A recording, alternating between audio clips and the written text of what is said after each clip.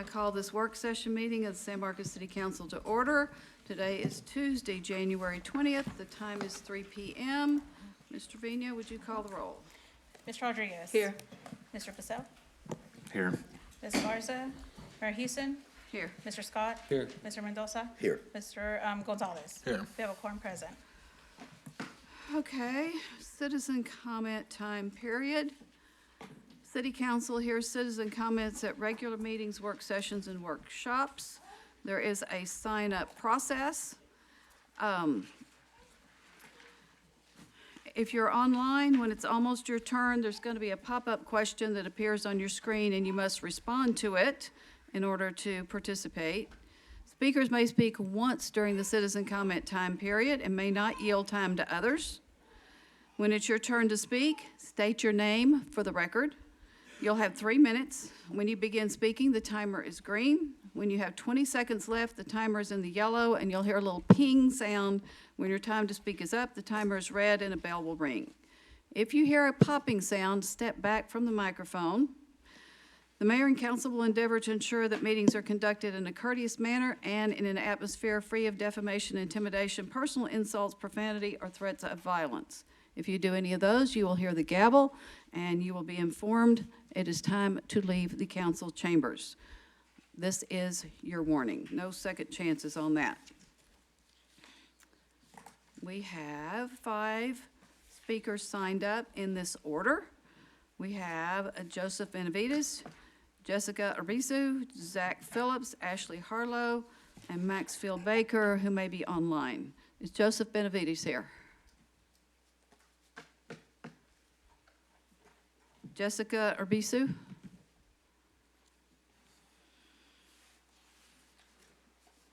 Present.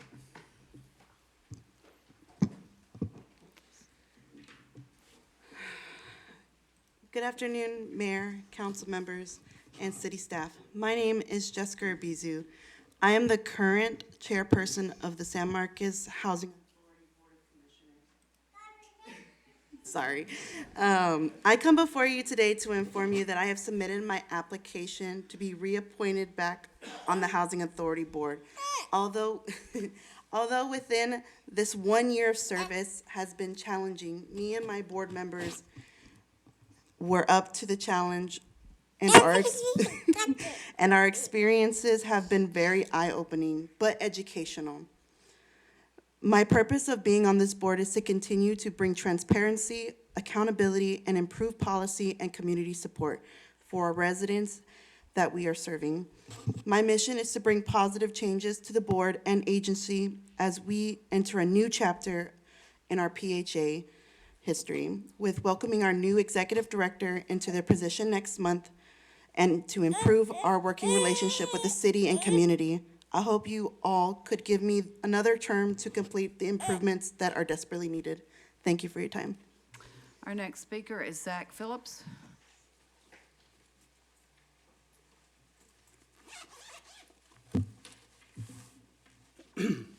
Madam Mayor and council members, thank you for the opportunity to speak. My name is Zach Phillips.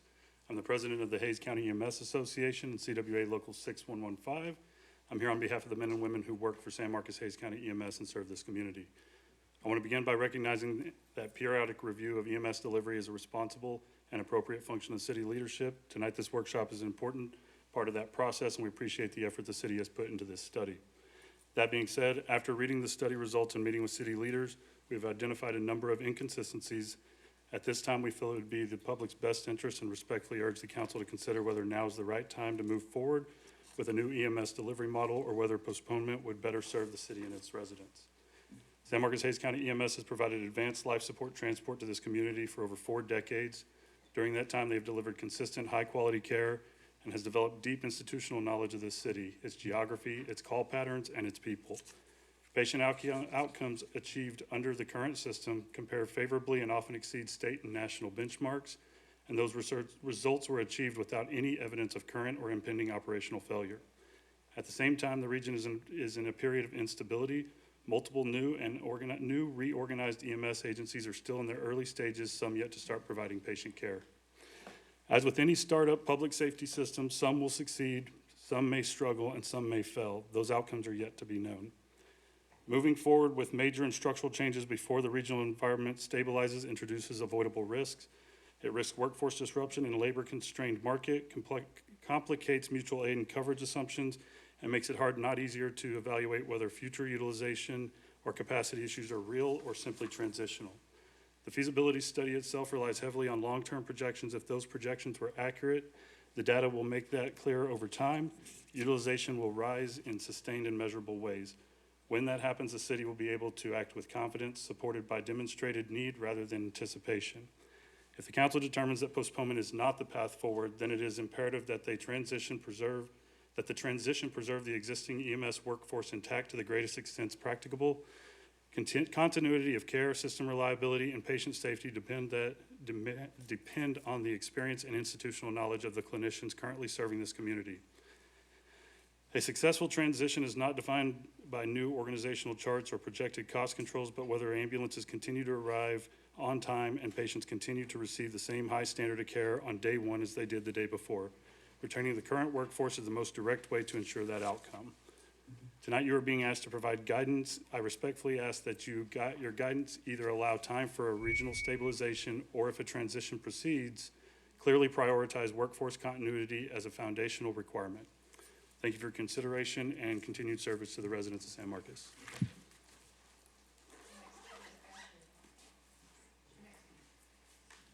Our next speaker is Ashley Harlow. Madam Mayor and Councilman, I just want to say thank you for giving me the opportunity to speak today. As a resident of Springtown Villa Apartments in the Housing Authority and an advocate for Springtown residents of the Housing Authority, CM Allen and Allenwood, I'd just like to say thank you to the board members. The last 4 or 5 months have been a struggle as a resident of housing. Just a lot of stuff the ex-executive director has done that has brought us to feel like we are not people, we are not being heard. We've had to sit and reach out to the board members, and it's been a bumpy ride, but together we've been able to manage to get some of the stuff done. Not everything's been done, but it's a process. We do have a new executive director coming in February, and with hopes to get everything taken care of. Just because of disruptive behavior from the old executive director, it's just really been a struggle. And I just want to say thank you to the board members who have been helping us. It's a slow process, but we are getting there, and there is hopefully being better changes being made and a better outcome for us residents, because as someone that lives in housing, I don't think that we are any less of people than people that don't live in housing. And I just want to say thank you to the members, and we thank them. They've made it easier for us to live in peace and tranquility and not have to worry about the stress and the ongoing problems with the ex-executive director. So I just wanted to say thank you for giving the opportunity, and hopefully they can continue to do that. Okay, would you state your name for me, please? My name's Ashley Harlow, sorry. Thank you. That's okay. Thank you. Maxfield Baker? Online? Yeah, I'm here, but my video isn't turning on. Oh, there it goes. Yeah, we see you and hear you. Oh, great. So my name is Maxfield Baker. I am here today to address the police staffing study. I had the opportunity to attend the public input that the consultant put on. I got to say the population, as usual at these events, was pretty skewed. A lot of people from Kissing Tree neighborhood, for instance. A lot of folks saying that the police are doing a good job, but they've never actually even had to call them cops themselves. I was pretty disappointed in the lack of demographic information that the consultants used in these public input processes to know whether it was a business saying this, a resident, or somebody who's been impacted by the criminal legal system. I looked over the recommendations, just kind of cursory, and see a lot of recommendations for us spending more money on more police and more staff. I would hope that the council, in their wisdom, in light of our budget shortfalls, seeks regional partnerships and grants to pay for these recommendations. As the chief has said himself, and as the report kind of confirms, a lot of these problems are identified around folks traveling up and down the I-35 corridor, as well as the impact that Texas State University has. So I think it would be prudent for us to really investigate those relationships and calls for service. I was disappointed that the document itself didn't seem to really focus on breaking out the calls for service specifically that the university was kind of impactful for, because we know that their police department isn't the only ones responding to all of their calls. I brought this up in the meeting, and I hope that this continues to ring true. That as we move forward in identifying creative ways to address the staffing shortages, as this study has identified for the police, that we not consider that basically when the defund the police kind of movement really got popular, it often got framed that us stopping increases to the police budget is equivalent to defunding. And that is just not the case, right? Maybe we're spending money more appropriately or using non-civil service folks. So I hope that those that are, on the other side of me on this issue, and I know I'm using a lot of air quotes, I'm going to get to the last thing here, the crime prevention and community events. As the former chair of the Criminal Justice Reform Committee, we asked for exactly what this document is outlining time and time again.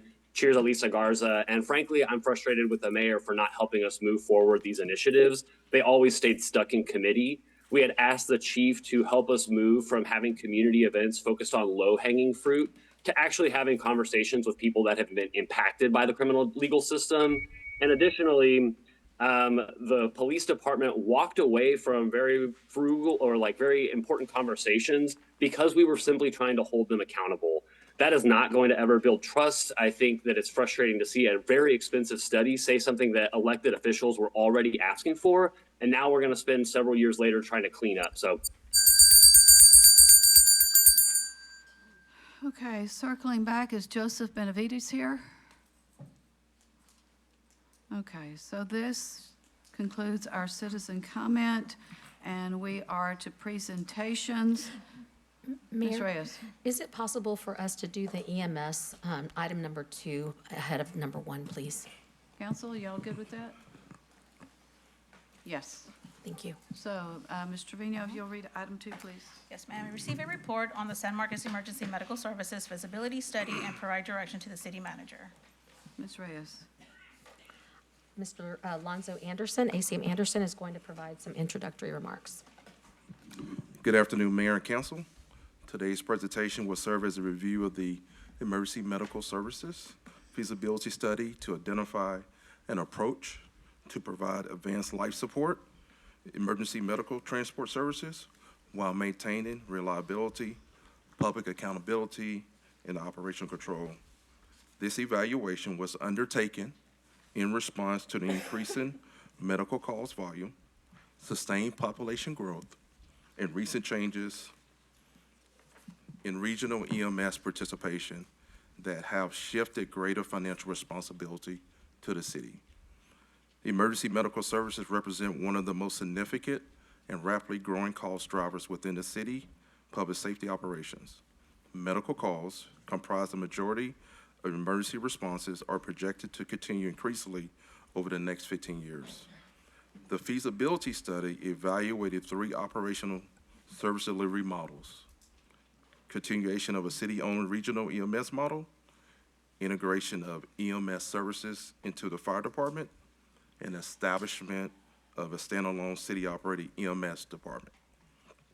While each operation can provide emergency medical services, the analysis identified meaningful differences in long-term costs, control, administrative efficiencies, governance stability, and financial risk. I do want to take just a quick moment and just kind of give a timeline of EMS within the city of San Marcos from when it first started. In the early 1980s, emergency medical transport for San Marcos and surrounding areas of Hays County was provided under the sponsorship of Hays Memorial Hospital.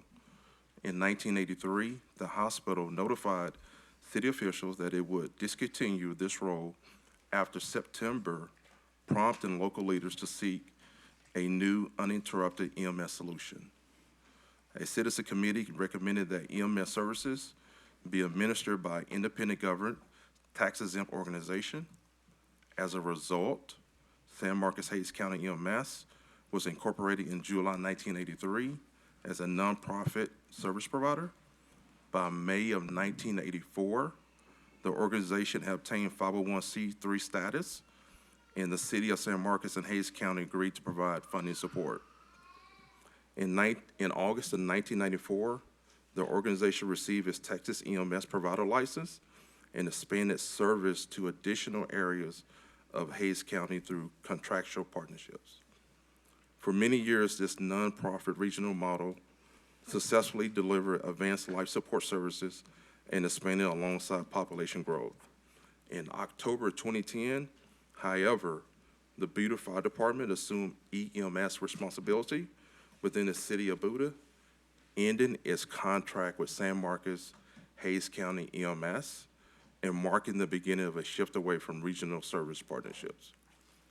More significantly, changes occurred in late 2024 when Emergency Service District 1, North Hayes EMS, voted to terminate its contract effective May 2025 and began operating its own EMS services in April 2025. Meanwhile, Hayes County Emergency Service District 9 has been advancing towards independent EMS operation for a while now. After hiring a new administrator in December 2024 and applying for an EMS license, ESD 9 is preparing to launch its standalone services in April of 2026. These transitions have fundamentally reshaped the local EMS environment, shifting it from a shared regional model to multiple district-based providers. At the same time, rapid population growth, increased call volume, service demands within the city, while the loss of partner agencies have reduced contractual revenue that previously helped offset service costs. Together, these conditions led the city to initiate the EMS feasibility study. Thank you for your time. Now turn it over to Robert Finn, Vice President of Matrix Consulting Group. But I also want to say special thanks to Fire Chief Stevens and EMS Chief Rosales for your contribution. Robert? Good afternoon, Mayor, members of council. My name is Robert Finn. I'm a Vice President with Matrix Consulting Group, and I was the project manager for the EMS feasibility study.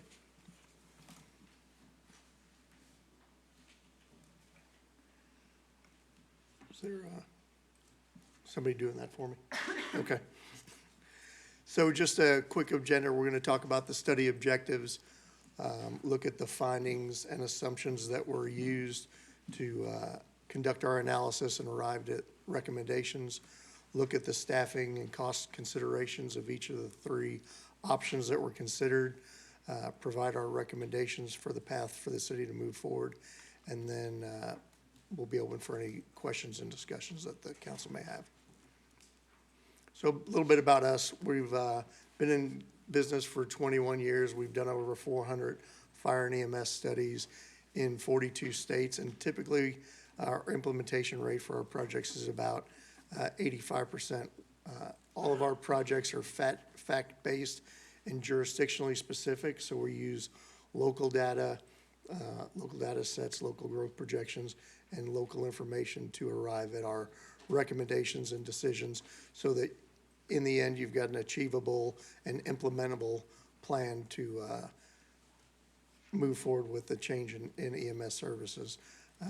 All of our teams are full-time members of the firm and subject matter experts in fire and EMS that worked on this project. So a little brief on the task plan for this. It started out with gathering data, initiating the project and getting input from various stakeholders. So we spent about a week down here interviewing members of the fire service, the EMS department, ESD 9 to understand how that transition was going to look, as well as city representatives, elected officials to understand the current conditions, as well as get opinions on what was important and how current services were perceived, as well as what the potential future could look like. Then we analyzed the data to look at the system performance and how well the system was currently performing, provided a document on the current conditions of EMS and fire, which was reviewed by the fire and EMS departments in the city to make sure that everything in that was factual before we began the analysis on what the organizational options, the resource and staffing needs were going to be, financial analysis on what the future costs and revenue projections looked like, both from a current state and based on not only population growth, but the type of growth that's expected in the city moving forward. And then we worked with the fire, EMS, and city manager's office to develop a timeline that seemed reasonable to be able to implement the changes and ultimately deliver the draft and final reports, which we're presenting to you today. So in terms of the findings and assumptions, so the first thing we looked at was where the call demand was in the city. And you can see right now your fire stations, with the exception of the far north area where growth continues, are well positioned for where the call is growing. As you can continue to grow to the southeast, southwest, and north, there will be need for future fire stations as call demand continues, travel times increase, and you're not able to meet local performance standards. When we looked at the EMS-specific call demand in the city, about 81% are medical calls, about 13% motor vehicle accidents, and then medical alarms, fire calls where they assisted the fire apparatus during fire calls for EMS standby or setting up a medical sector, and then rescue and service calls made up the rest of the call demand. The system performance, you can see there's three things that you look at when you're looking at fire and EMS call performance. The first is call processing. So that's the time when the caller calls 911, the 911 operator receives the call, and then gets units en route to the emergency. You can see for the fire department, it's 4 minutes and 6 seconds at 90%, and for the EMS system, it's 4 minutes and 10 seconds. Sometimes what happens in EMS is that, because of the decision on what type of units to dispatch, they use emergency medical dispatch where they go through some basic call delineation with the caller, and that results in longer call processing times. So it's not uncommon to see times longer than best practices, which would be 60 seconds 90% of the time. So getting the units en route and then getting the type of call and discontinuing units if it doesn't require both an EMS and fire response. Because to the person on the call, if you can shave that 3 minutes, it appears that the units are then getting there 3 minutes quicker because they're en route 3 minutes quicker if you can shave off some of that time. The next is turnout time. Best practices are 80 seconds or less 90% of the time. You can see you're about a minute over that for turnout times. And again, if there are ways, sometimes it's station design, sometimes it's what's going on at the time of the call. But if you can improve that down closer to that 80 to 90 seconds, which most people set as a local performance target, again, the caller would see another 1 minute decrease without any changes to your station network or costs of operations. So improving those two things in both the standalone current as environment and moving to a city-based would be important from a performance perspective. Travel time, 6 minutes and 45 seconds for EMS is typical for a suburban area like this. Usually 6 minutes and 30 seconds is typical.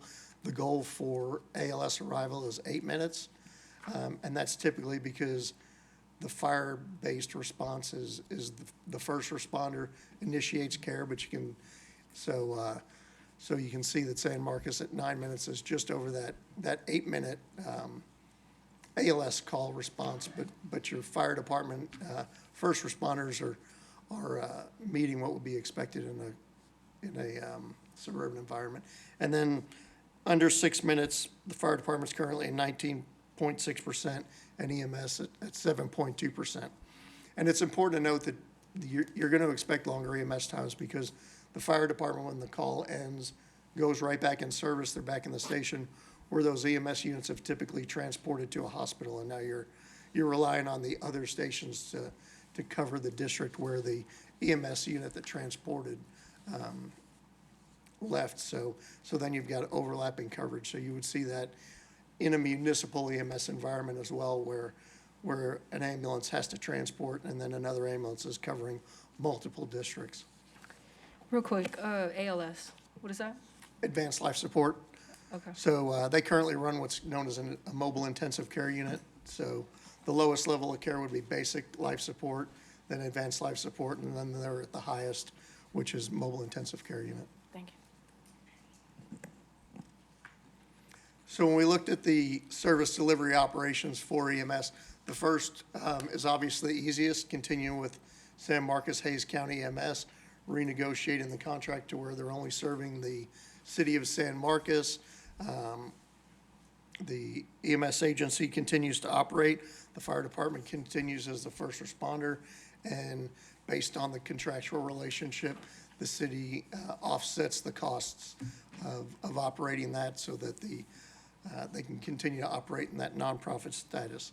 The next is fire-based EMS, where the fire department manages and operates EMS services as part of the fire operations. It's a very common model in Texas and around the country where both units, both of those divisions would be housed under fire, and they work together with fire personnel, taking turns on working on fire apparatus and then on ambulances back and forth. One of the challenges is not all fire personnel desire to be EMS personnel, desire to work on an ambulance. So sometimes you don't see the same level of quality of care in a EMS only system or in a city EMS environment as you would because people that focus on an EMS sole role are dedicated solely to that patient care and aren't involved in the other aspects and having to maintain dual certifications to be proficient at two different professions. And then the final thing we looked at was the city EMS. Obviously, this is the biggest lift for the city. The department doesn't exist, so you're starting another department from scratch and having to go through everything that you have to do to start a city department. But it does bring the best of both worlds, where now it's city-controlled. You determine the service levels, you determine the costs, and you've got sole practitioners focused on EMS supported by fire first response. And because the fire stations are currently designed to house EMS, our model continued to use joint locations for the delivery of fire and EMS services. So there wasn't a need to construct EMS stations as part of this because you have this space available in the stations. So when we looked at the assumptions, in all the assumptions, because San Marcos Hayes County runs out of your fire stations, fire-based EMS would obviously run out of the fire stations. So we also use the same assumptions for city-based EMS to operate from the fire stations. When we looked at the analysis of the current workload and utilizing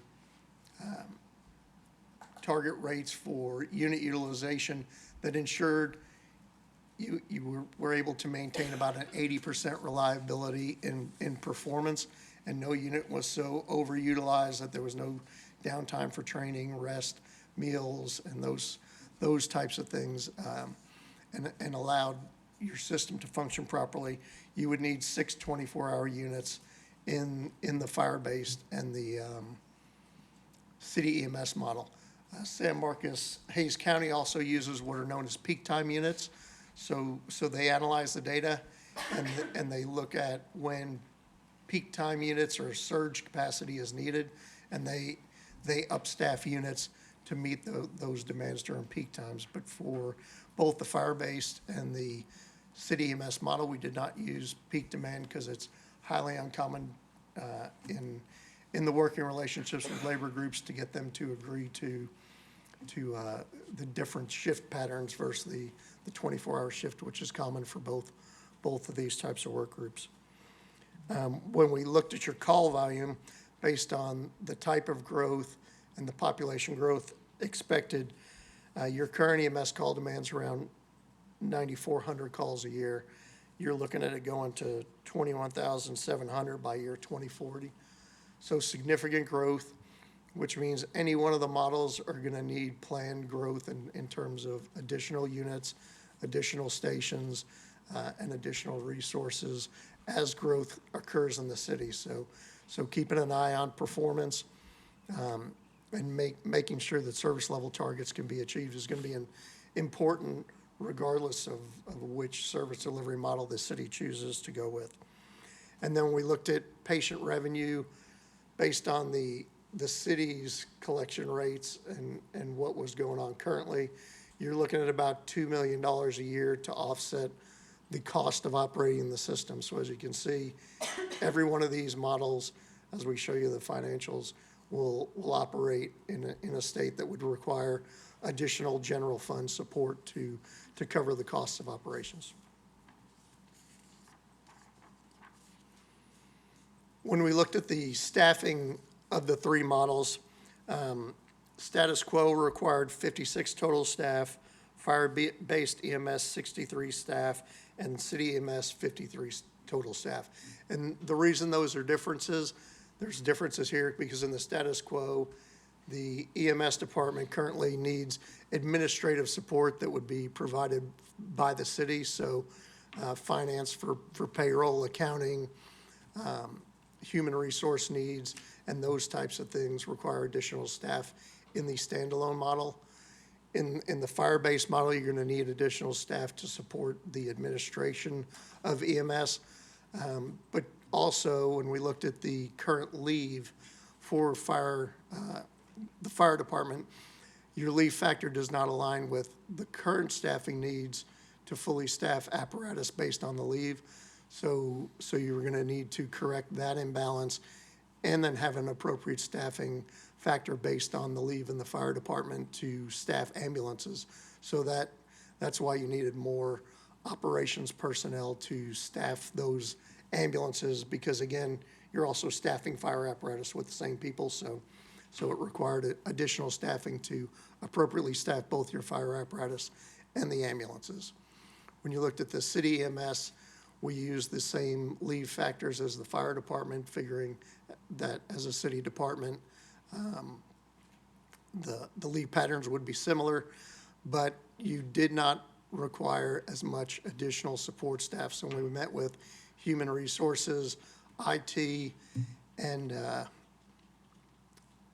finance, they thought the existing staff would be able to handle an increase of 50 staff without having to increase support personnel from a city department, which resulted in a lower number.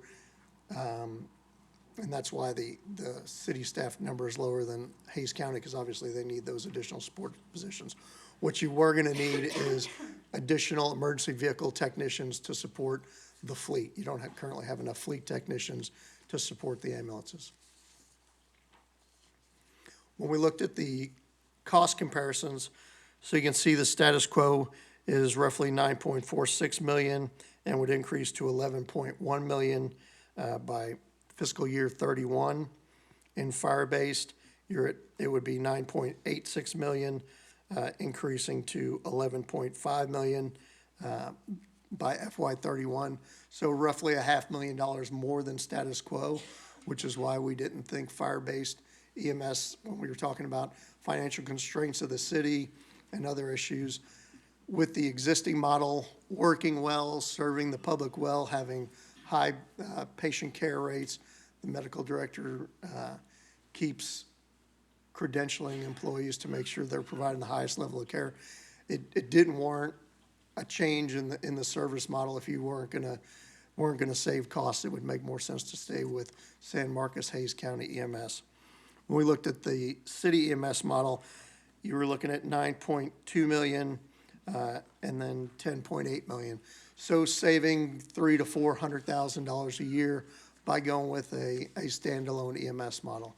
Now, there's a couple of things that are important in those cost savings.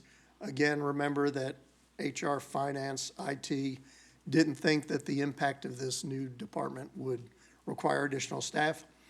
That doesn't mean that a year or two after it's in existence that they aren't realizing pain points and they come back and say, we were wrong. We do need additional staff. So there is some consideration that there may be increases that were not projected in that. And then also today, the city has no patient care liability from a malpractice standpoint for transporting patients and assuming that patient care from the scene to the hospital. So San Marcos, Hayes County has the insurance and the proper risk avoidance for that, so it's not something that the city has to burden. And that's clearly an unknown cost. You don't know if you're gonna get sued. You don't know if there's ever gonna be an issue with care. It could be a non-factor, or it could be a serious factor. So it's just something for the city to consider when they're weighing the recommendation to go with city-based EMS, because it is the most cost-effective from an impact on the general fund versus using the contract model. So some other considerations in all these options, the EMS department has a facility lease. We would recommend continuing that because you don't really have a place to house any of the administrative or support personnel to support an EMS department. Or if San Marcos was to continue, obviously they would need the space as well. When we did your comparison to comparable cities in terms of EMS, which is in the report, you'll see that you guys were at the low end of comparable salaries and paid paramedics lower than private EMS currently. So it's important to keep that in mind when it comes to the ability to recruit and retain personnel due to the fact that there may be higher paying agencies in the surrounding area that are going to try to attract your personnel away. When we looked at the timeline for implementation, obviously status quo is the easiest. You're going to be renegotiating a contract. You're going to determine the service levels. Hayes County is going to come up with a staffing plan, budgets, and what it's going to take to just serve the city. And everything continues as it is today with just a different staffing and deployment mix of EMS deployment. Fire-based and city-based would both take up to 21 months.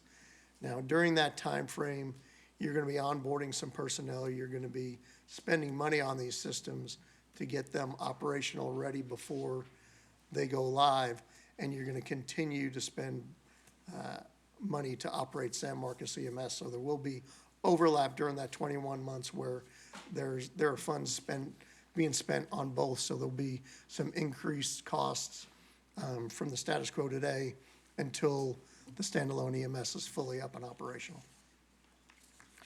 So when we looked at the comparisons, and I'm sorry, it was difficult to get this on a chart that can be easily seen, but we went through the various options comparisons, and just like I said, the level of effort for the city, the least level of effort is sticking with the status quo.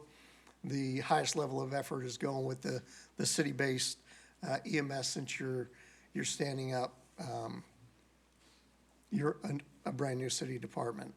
The key considerations are full local control of EMS versus contractual control where there's unknown changes. You can't control the collective bargaining agreements between EMS and their workforce, which can change costs, but you can control any negotiations that you have with city employees as far as salaries and benefits. So you move all the governance and control to the city council level instead of under a contractual agreement. Next slide. So in terms of our recommendations, when we looked at the direct oversight, the dedicated EMS leadership, the dedicated EMS mission, the financial transparency and cost controls that the city can have, the fact that it's scalability within the city framework, it makes city-based EMS the optimal choice for the city. So we'd recommend that you begin planning for city-based EMS, continue to lease that existing facility until additional fire stations are built that could have administrative space for the other administrative and support functions to support the EMS system, and then continue to contract with San Marcos Hayes EMS until you're ready to go fully operational. From an organizational design standpoint, you can see the existing organizational design stays. There would be an EMS director overseeing EMS. We would recommend keeping the existing medical director that's in use today as a contracted position. And then you can see that we're adding a deputy EMS director of operations, a deputy EMS director of support services. You're going to have shift supervisors over the EMS units. Because the fire department already has a battalion chief on shift, they could serve as the scene commander for any large-scale fire and EMS incidents that require joint operations. We did not recommend an EMS battalion chief at this point because the spans of control are acceptable, and you would have that dedicated scene commander from the fire department perspective. Obviously, as growth occurs, more units are placed in service, and spans of control become less manageable. You would need to consider those types of additional support positions. And then you'd have three shifts of EMS personnel similar to what you have with fire personnel today. Can you, We've got a question. can you provide me that rationale again on the director versus chief?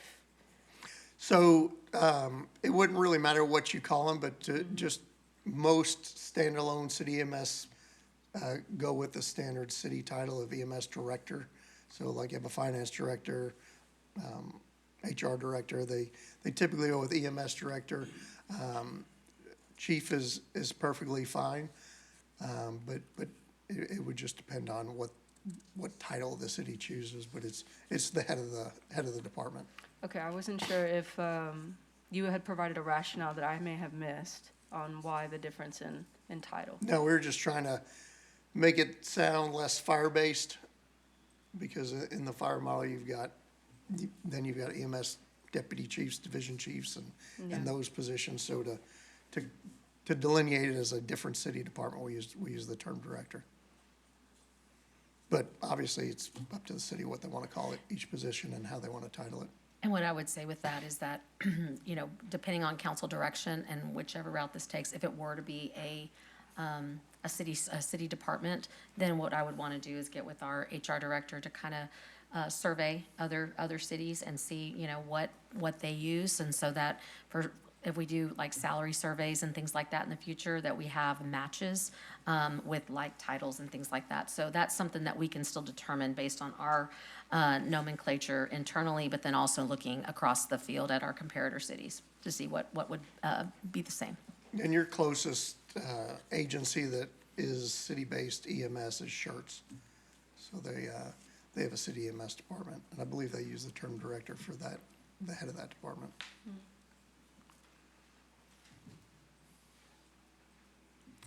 So in terms of the implementation timeline, you can see phase one involves the city council providing direction that this is the move they want to take, authorizing the creation of the department, beginning to define the mission, what the service levels need to be for the San Marcos only service area compared to the current regional approach, establishing the organizational structure, engage in the local RAC, which is the Capital Area Trauma Regional Advisory, and it's an important group for the EMS agency and regardless of the system to be involved in. So letting them know that this change is coming, getting involved in those meetings early and becoming a part of the RAC, and then maintaining the San Marcos Hayes County during this transition.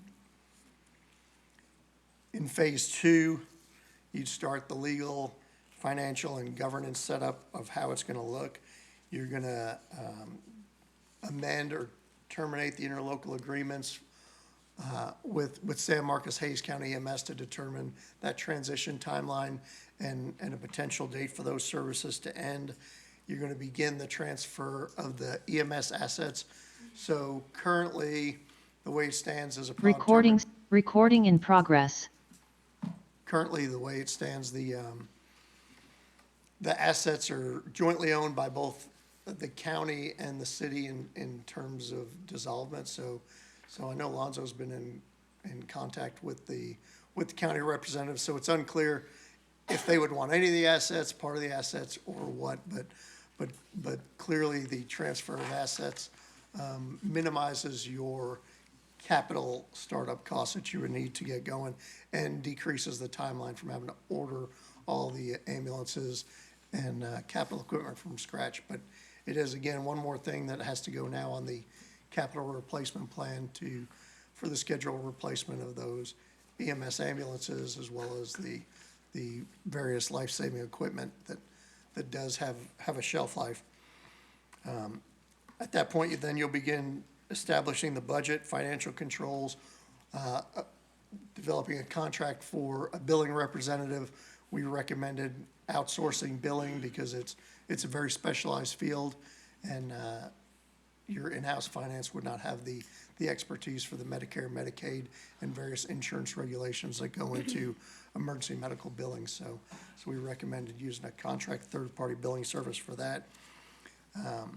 By this point, you'll be ready to start adopting the city policies for the EMS personnel and preparing to start forming the job descriptions and various things, so you can start onboarding and hiring people as the timeline continues. So then phase 3 will be focused on staffing and building out the system. So you're gonna have to first bring on that head of the EMS agency to start to draft the policies, get the contract with the medical director, get your protocols in place, and begin to get the system set up. HR is gonna have to establish the pay, benefits, and the labor framework for each of the positions within the EMS. We recommend working with San Marcos, Hays County to transition as many of their personnel that would want to move to the city-based EMS, because it would make the transition very smooth. They know the protocols. They are currently credentialed by the medical director. They know the city. They worked in the city. So as many of those folks as you can transition over would make the transition to the city-based EMS the smoothest, knowing that not everybody's going to want to be an employee of the city or be part of it. Some may have decided to take employment with ESD 9 or other surrounding EMS agencies.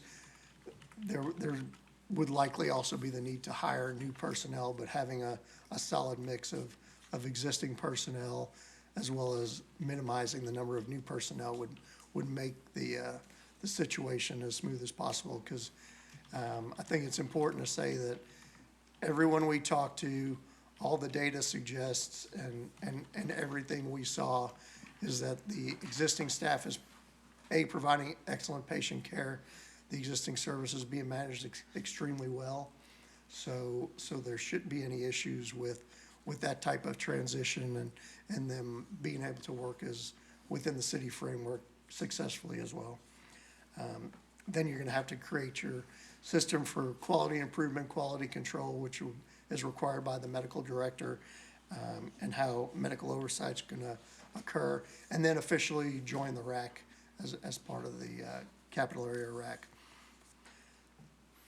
And then phase 4 is finalizing your operational readiness and going live, making sure everything's coordinated with the dispatch, with the hospitals, finalize the mutual aid agreements with mutual aid partners. So if you do experience system strain, you're available to respond. They're available to respond and assist in San Marcos, just like you would have the same reciprocal agreement like you do with the fire department to assist them in the case of emergency. So something similar to the floods that you guys saw this past summer, where the entire region focuses on that large scale event, and you make sure that the system as a whole doesn't fail, and the region is able to handle those low frequency, high consequence events. And then once it's up and running, like any of your departments, you monitor and make adjustments as needed during the initial months, and then ongoing to ensure the success of the new department. So with that, I'd be happy to answer any questions. Do you have questions down here? Okay, go ahead. Yeah, I do. Do you mind? Oh, I was Go ahead. looking at Amanda. So you mentioned this, it was mentioned earlier, sort of the destabilization when it comes to the workforce currently. And you're saying that the recommendation is that the people who are willing to come over, that we transition them in, keeping them in-house if they wish. Does your recommendation account for sort of what that application process would look like? Would they have to reapply? Is that the proposal, or? Yes, so the city has a standard application process. So these are not employees of the city. Hayes County, San Marcos EMS may have different hiring standards, different background disqualifiers than the city. So you'd require that full hiring, just like you would hire and onboard any employee. Where the transition is better is the fact that they've already been credentialed by the medical director. They already understand the protocols, which is what are used for the treatment and care of the patients, which would not change with using the same medical director. And then you're only really having to bring them up to speed on city policies and procedures from that onboarding perspective. And Councilmember, we've been talking internally with our HR director, so depending on which path mayor and council take, so if you're going fire-based EMS, then obviously that makes civil service, and we have to go through civil service standards then for hiring, and so that would chart one course. If we do a city service, a separate city service and a separate department, then that also would have other standards then that would be set, for that. And we would look at, again, what other cities do in terms of EMS when they have EMS and how they hire. So there would be that consistency. What we've talked about with the HR director is how do we do it so that basically the existing workforce at Hayes County, San Marcos EMS would be able to have first dibs, if you will, to come in and try to qualify and apply for those positions from the beginning. So that's how we've been doing it, is just like having those conversations. And so based on what direction we get from all of you today and what we get from y'all moving forward on this, then we would be able to chart the path forward in terms of what that hiring and onboarding process would look like. And then also, council member, just in the spirit of just being a good partner, just having conversations with the HR director, we could, with support, meet in advance with any of the employees that may be interested to go through the city of San Marcos hiring process. In that meeting, we could outline the hiring process, the timelines and the required documentations. We also could clarify expectations and eligibility requirements, and then more so emphasize just because you participated, it does not necessarily guarantee employment. But we want to be a good partner and give them an opportunity to go through the process for the city of San Marcos. Okay. Anything else? Not right now, Mayor. Thank you. Mr. Pacek? My overarching concern, just having heard all this, would be my concern about the transition in general. My experience working with businesses over the years is that the people are who you count on. And I hear the words, we didn't say underpaid, but paid below standard levels. And then I hear transition, and then I hear taking on a company in-house. It's like I'm construction and I decide to take on irrigation or whatever the case may be. To run it in-house, it's gonna take more.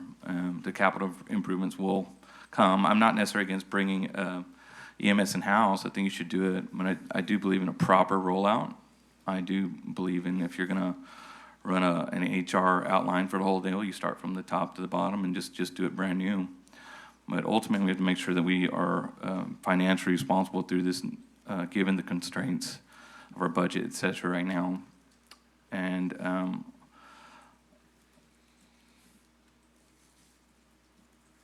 I think that's really all I have. But I'm really concerned about transition. If we're performing pretty well right now, and we're talking about the difference of $300,000 to $400,000 in difference on cost, on $9 million plus. I guess my question is, and because I'm new here, I get to ask new questions, is why are we doing this? You know? Oh, and then here's an actual question for you. Why ESD 9? Is that a separate, like, how did all this come about? Is that too big of a question to ask? So that's probably best for Lonzo, but when We we can were, sidebar too. I'm fine with that too. when we were brought in, ESD 9 had just decided to bring EMS in-house. We met with them, but it was council's direction at the time when we were brought on that ESD 9 as an alternate service provider for the city was not one thing that you guys were considering at that time. Yeah, I mean, there's a lot of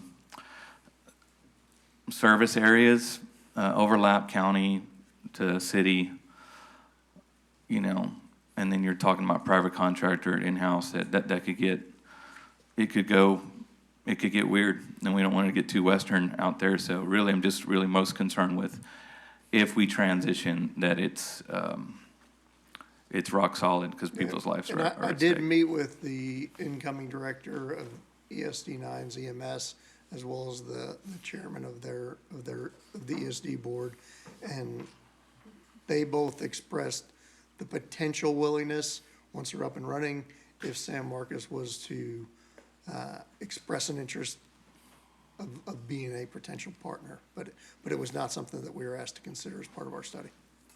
And then my last comment is the patient care liability. I'd like to see what that cost, without making people jump through too many hoops, but just insurance rates alone, and then a possible litigation down the road should be considered as well, I think, I would think. Podium, Lindsay, and let me ask you a question.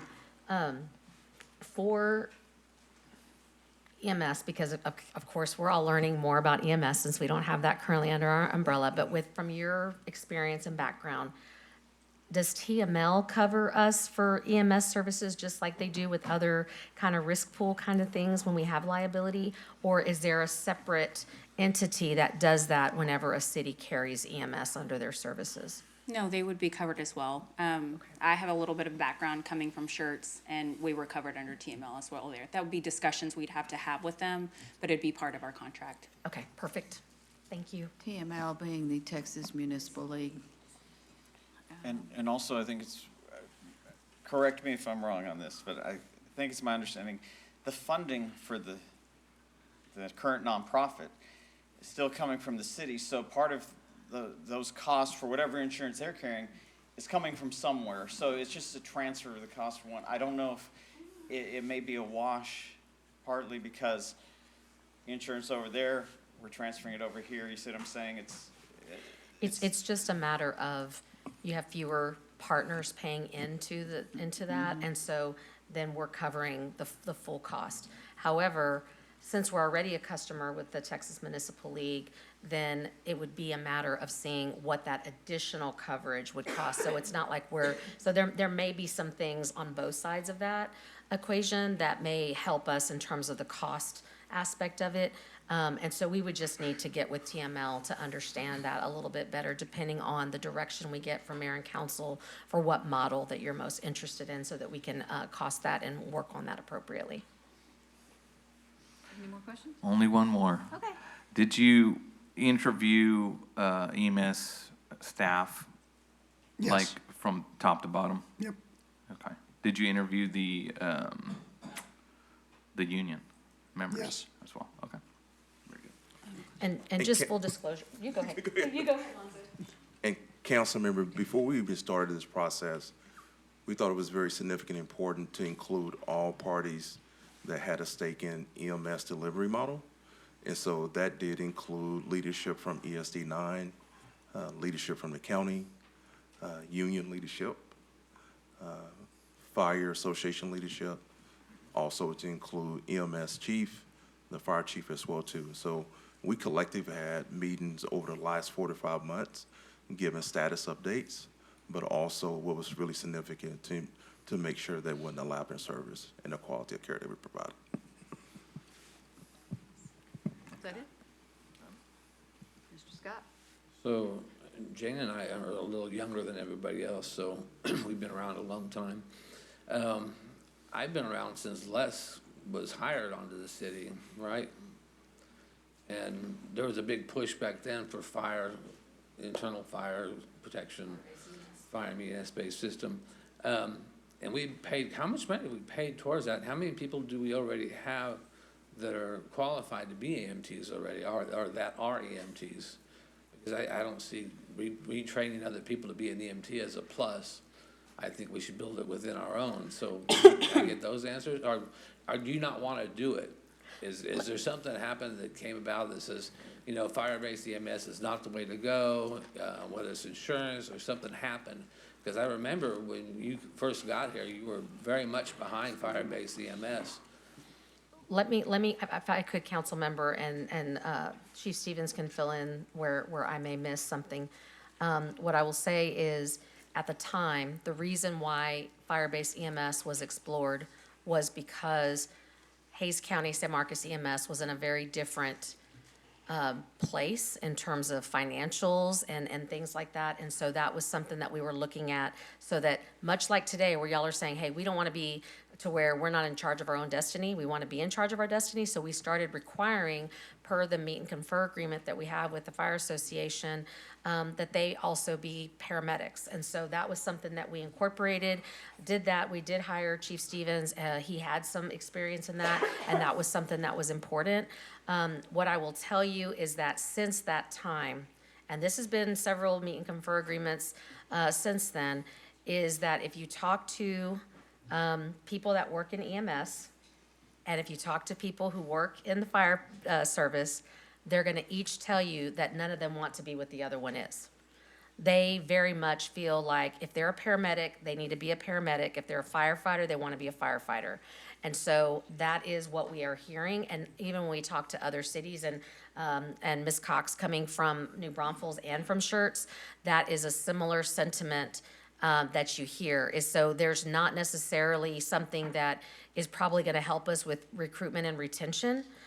Is because what I hear is that in fact is something that will hurt us if we take it on fire-based EMS and have people have to be dual roles. They want to be one or the other based on whatever their experience and background is. So that's what I've heard from the association members with EMS, and I've heard the same thing from our fire association. So they both agree on that point. Okay, that doesn't really answer my question of how many people are already qualified. Yes, he can answer the number of qualified, but just wanted to give you a little bit of context in terms of why we wouldn't, while we're not necessarily advocating that we take it on. You weren't in charge back then, and I was here when Mr., what was his name? Menchaca. It was Menchaca, when Menchaca was No, here. after Menchaca, actually, it was Jim News. Jim Noose Yeah, was so I also, was but here we when started it with all this Menchaca stuff, yeah. when Les was hired, because Menchaca's who hired Les. Yeah, and back then, you were okay to go with fire-based EMS. What changed? What happened? Les Stevens, Fire Chief. Several things. First off, I want to compliment Zach Phillips on his comments at the beginning. I thought they were very fair, very balanced, very professional, so thank you, Zach. Back clean up on a couple of things, and then I'm going to come to your question, Mr. Scott. To the point about malpractice insurance. You would be covered as you're covered currently for liability by TML. The malpractice insurance is available. On the open market, we currently pay $4,500 a year for malpractice insurance. So don't want the council getting freaked out about malpractice insurance. It's part of being in the EMS service. We already have it. We currently pay $4,500 a year. So don't lose anything there. Mr. Paselk, you brought up mutual aid. I wrote the mutual aid agreement when I got here. I've updated it every 3 years since. We recently updated it again with Mr. Aguirre and his staff's help. We're in the process of not only expanding our updating our mutual aid, but expanding it to include some automatic aid. And I will tell you, just recently, I did receive and executed, we wrote it in the form of a signed to type agreement. So Chief Smith and the vice president of EST9 have already executed that mutual aid agreement with the rest of the partners throughout Hays County, which includes all fire and EMS agencies. So no matter what form this takes, currently San Marcos Hays County EMS in its existing form is a partner to that mutual aid agreement. And if it changes, they would just be a signature add to that sheet, and they would have mutual aid with all other fire and EMS agencies throughout Hays County. It even extends to include Seguin, New Braunfels, and Canyon Lake at this time. And the new one includes about 25 different agencies. Mr. Scott, to your point, when I was hired in 2009, San Marcos Hays County EMS was in a much, much different place than it is currently. Financially, management-wise, patient care revenue, and I was brought here, and it was part of the posting, was to start a fire-based EMS system. The city lacked the funding, and I also was assigned at that time to become a board member as a representative for the city on the EMS board. I have served in that capacity continuously for 16 years with and without elected officials over that period of time. It's in a much different place than it is now. It's in a much better place to transition to the model that Mr. Finn described to you.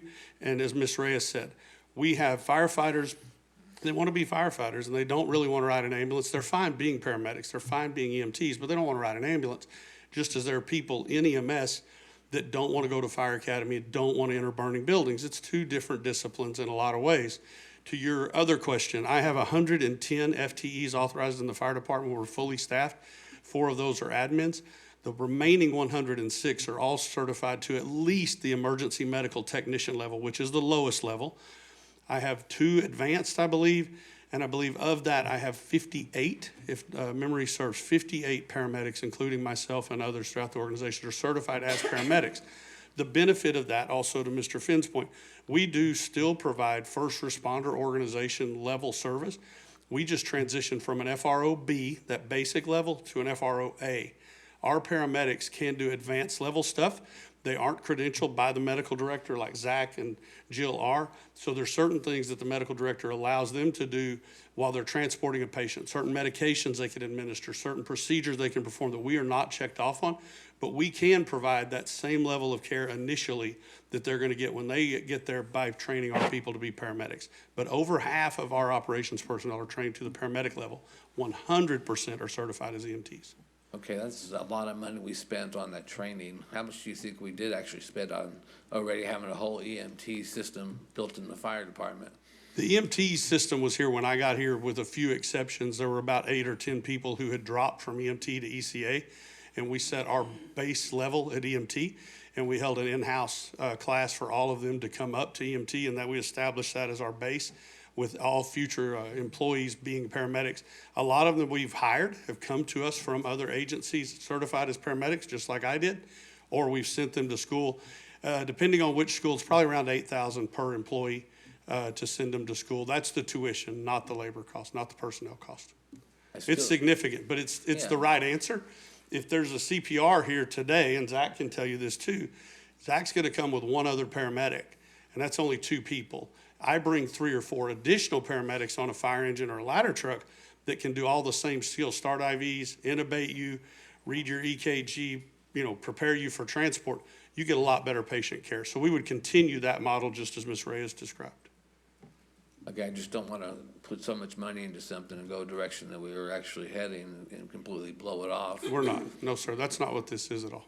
I'm fully supportive of the recommendation Mr. Finn made to the council. Well, that's why I asked you initially, do you want to do fire-based EMS? I mean, that was my question to you to begin with.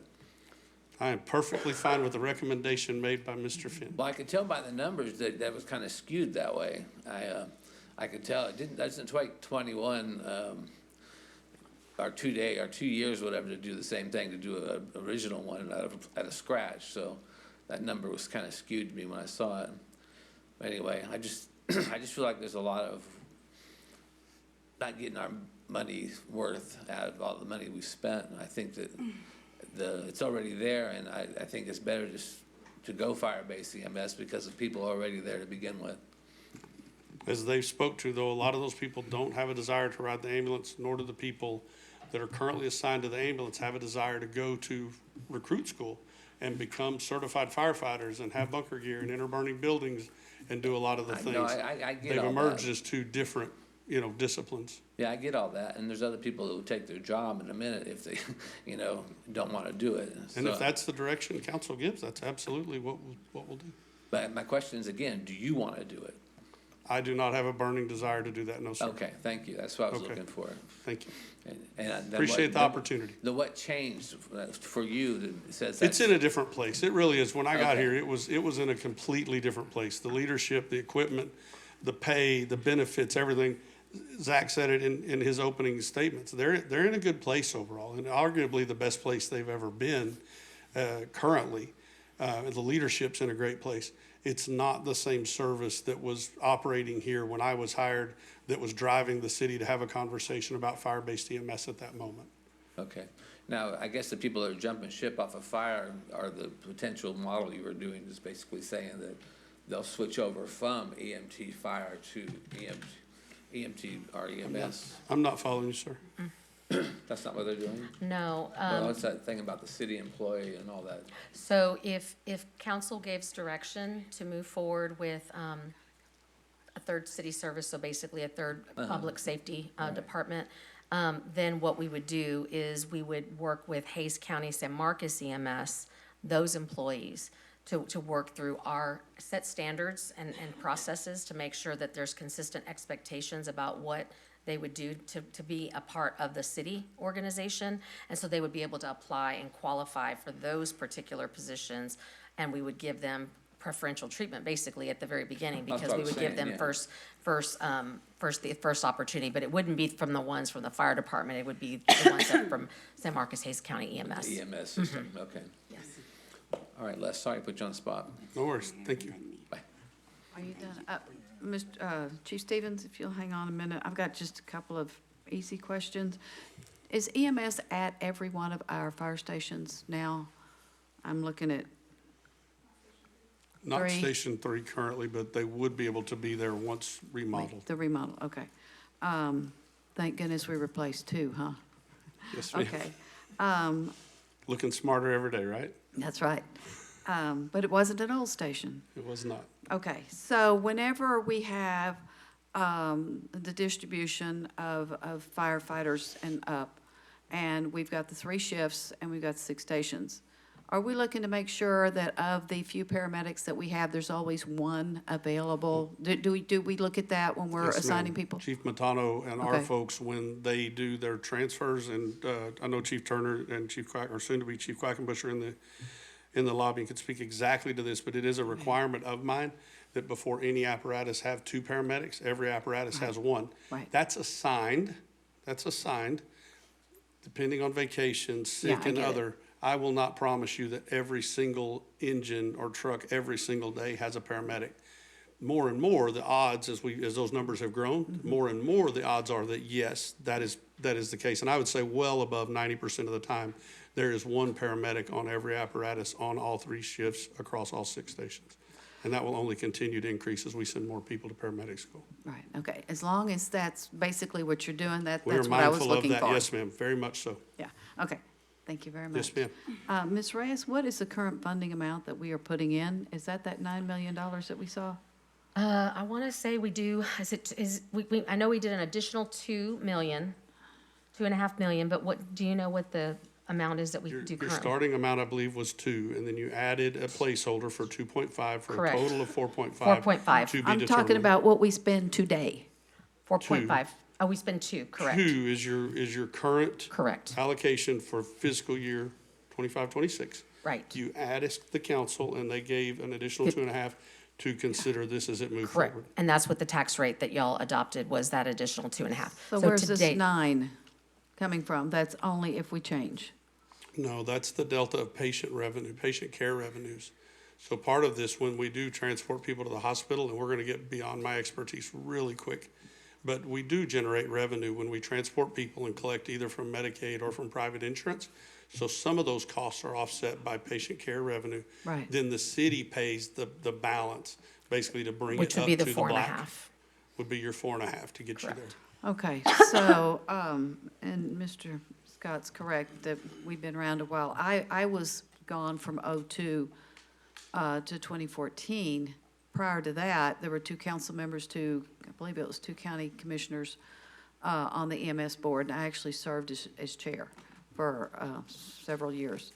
And what I remember is that the collections rate was about 50%, I think. Below that currently.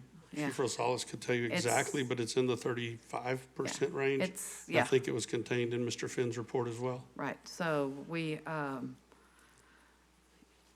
it's not 100%. It is not, no ma'am. Never And- was, never will be. And the model that Ms. Reyes has put before council is not much different than the original model from 1983.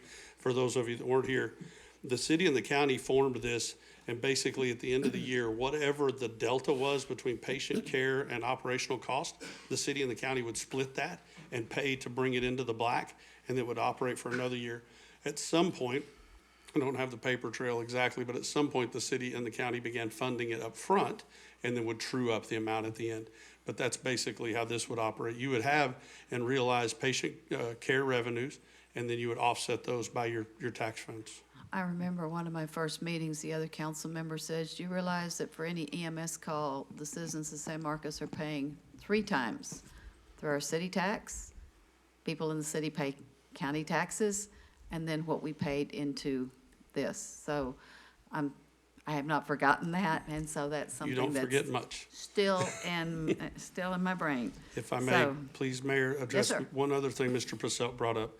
You brought up an overlap of boundaries, and I will assure you, sir, there are no overlaps in service area. We know to the exact address. We know who owns which side of the street. It is all, and we work very, very well with Hays County, with ESD 9, with South Hays Fire, with Kyle. There are no overlaps, but when additional resources are needed, all of the agreements are in place to get those additional resources, but no one is double covered or double taxed. We have an issue currently we're working through at La Cima, but that is a paperwork error, not a management error as far as us having overlap. That doesn't happen. Yeah, but that's, But everybody falls in somebody's area all the time. well, that one's been ongoing for a while, and somebody needs to fix it, and I don't think it's us. And Mr. Locke is diligently listening, and we just have it reversed.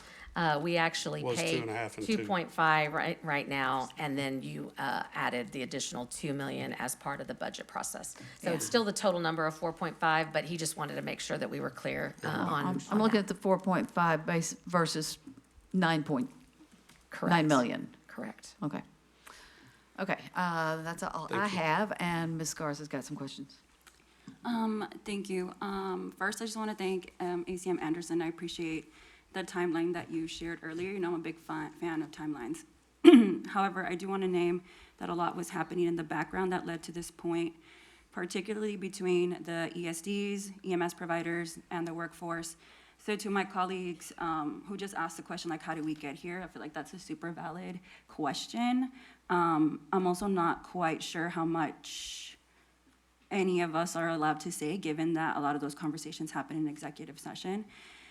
So I guess my question to staff is, what is it that you're asking from us right now, tonight? Because just given the risks, costs, and community concerns around transparency and the allegations of union busting tied to EMS governance changes, me personally, I'm not comfortable providing any direction to staff just yet. We received this mid last week, and I do appreciate it was a little bit earlier than most of our stuff is given to us. But I'm being so honest when I say I need additional time to fully review the study, develop critical questions, and speak directly with relative stakeholders before I can confidently give direction either way. Yeah, so I guess my question is, what's the ask of us for today? That would be helpful. We were hoping to get at least where council's leaning on which direction to go in.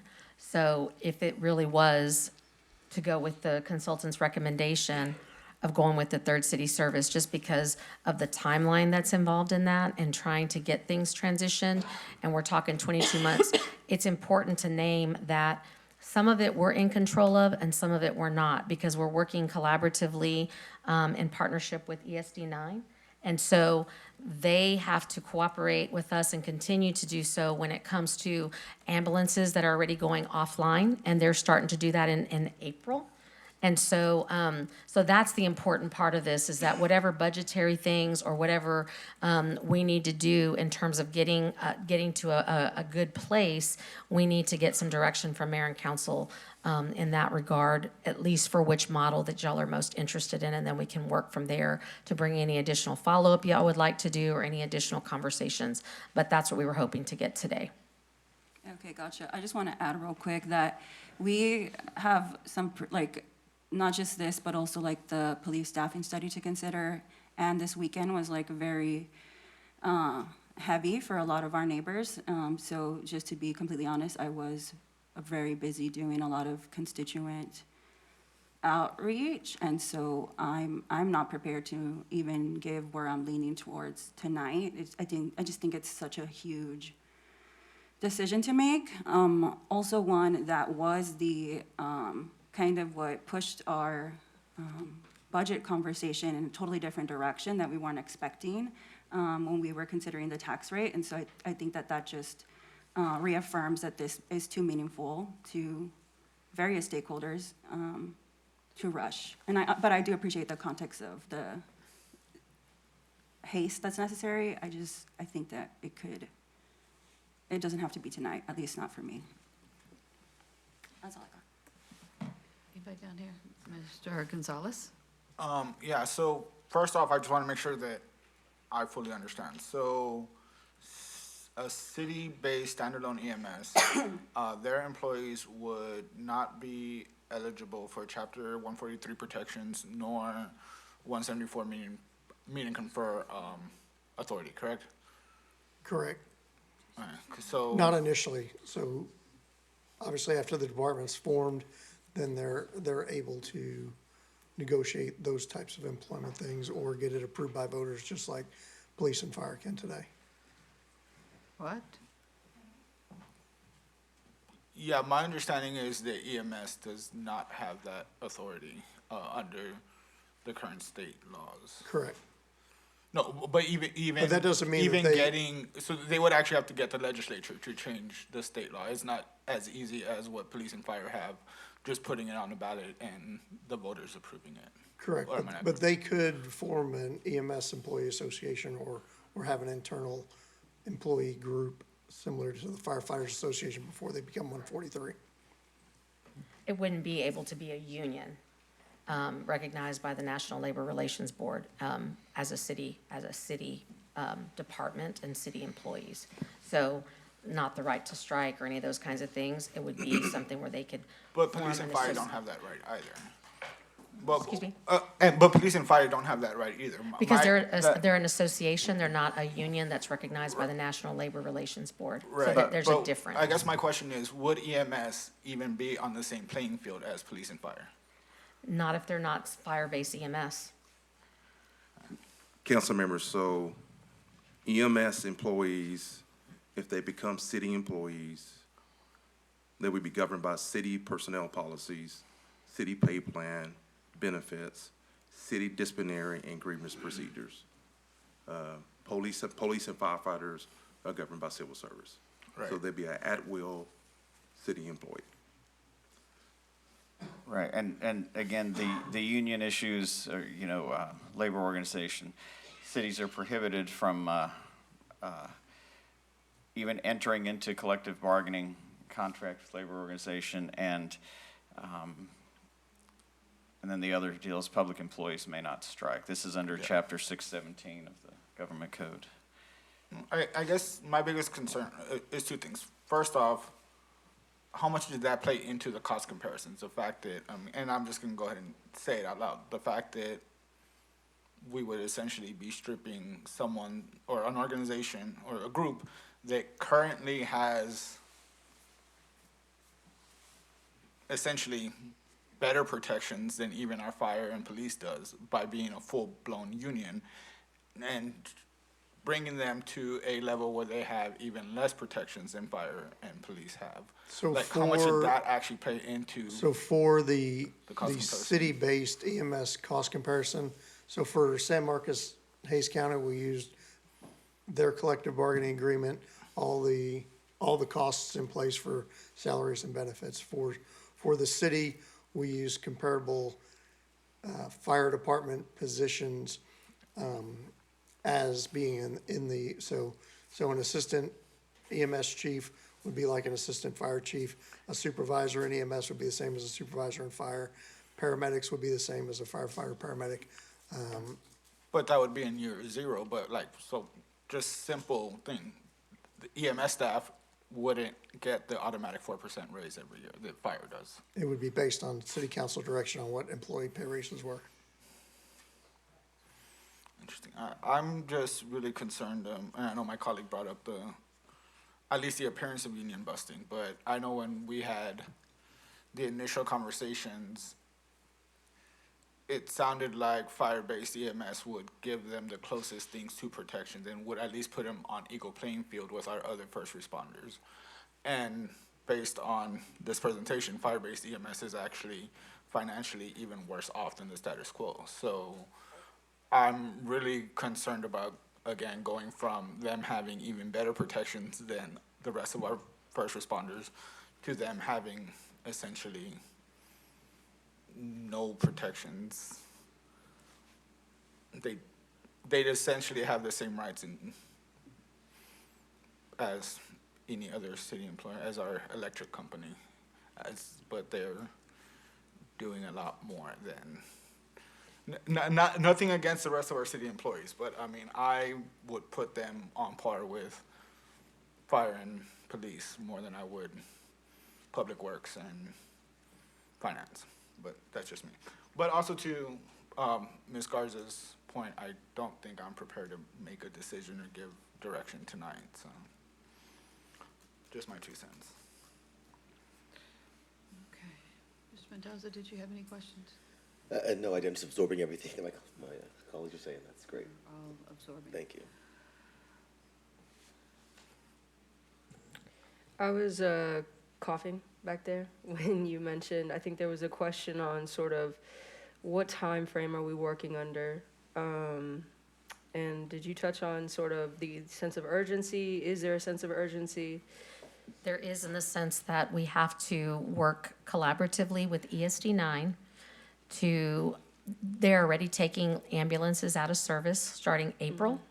And so then we have to come again to that agreement with them in terms of how long they're gonna allow us. We asked for 12 to 18 months to get through the study process and get to a working place, and that's what we had talked about with mayor and council. And so they've already started hiring their own medical folks and getting their license and applying for those things. And so they're gonna be ready to go at some point, and we're gonna have to have a conversation about assets and those kinds of things, about what happens if Hays County, San Marcos EMS, if we go in a different direction. So there are some time sensitivities that are outside of our pure control that we have to work in with them on the ESD 9 timeline for them getting their services fully operational. And when did we make that request for the 12 to 18 months? At what point? When council first discussed it and before we started the study, which would have been, do you remember, Lonzo? 6 months ago, 8? Because I have a vague idea when we had the executive. We started the Say study in summer. August. I want to say we had a conversation though before that, maybe May or June, July. Okay. And then the city-based one, the phase-out was a total of 21 months, am I correct? 21 months, when? Okay. So it sounds like at some point we're gonna have to sit here and make up our mind anyway. I'll be the first to say, I'm very much leaning towards the recommendations of the study to move towards a city-based EMS service. I think we are a growing city, and it's unfortunate that we were sort of forced into this position at such a premature time. I'll be the first to admit that. But it sounds like, given that growth and it's just the way it's gonna be. But Chief, I kind of wanted to go back, sort of what you were talking about in response to Mr. Scott. Is my understanding correct? For the EMT training, it doesn't sound like it was meant ever to be a replacement of EMS as a sort of agency, more so to supplement the skills that our fire department personnel have currently to provide better care. It was both, and first, if I could, I'd like to clean up one point that Ms. Reyes had made about ESD 9. The contract that we just signed with ESD 9, and I currently preside as the president of the EMS board, so it's my signature on it. Of the April- EMS board or Of the EMS board, San Marcos Hayes County EMS. Okay. I'm currently the sitting president of that. I miss Ms. Houston, or Mayor Houston. April 1, they will take down one ambulance. May 1, they will take down a second ambulance. June a third, July a fourth, and final ambulance. Their transition is already fully underway, and their financial contributions to our service are titrated down each month that they take an ambulance offline.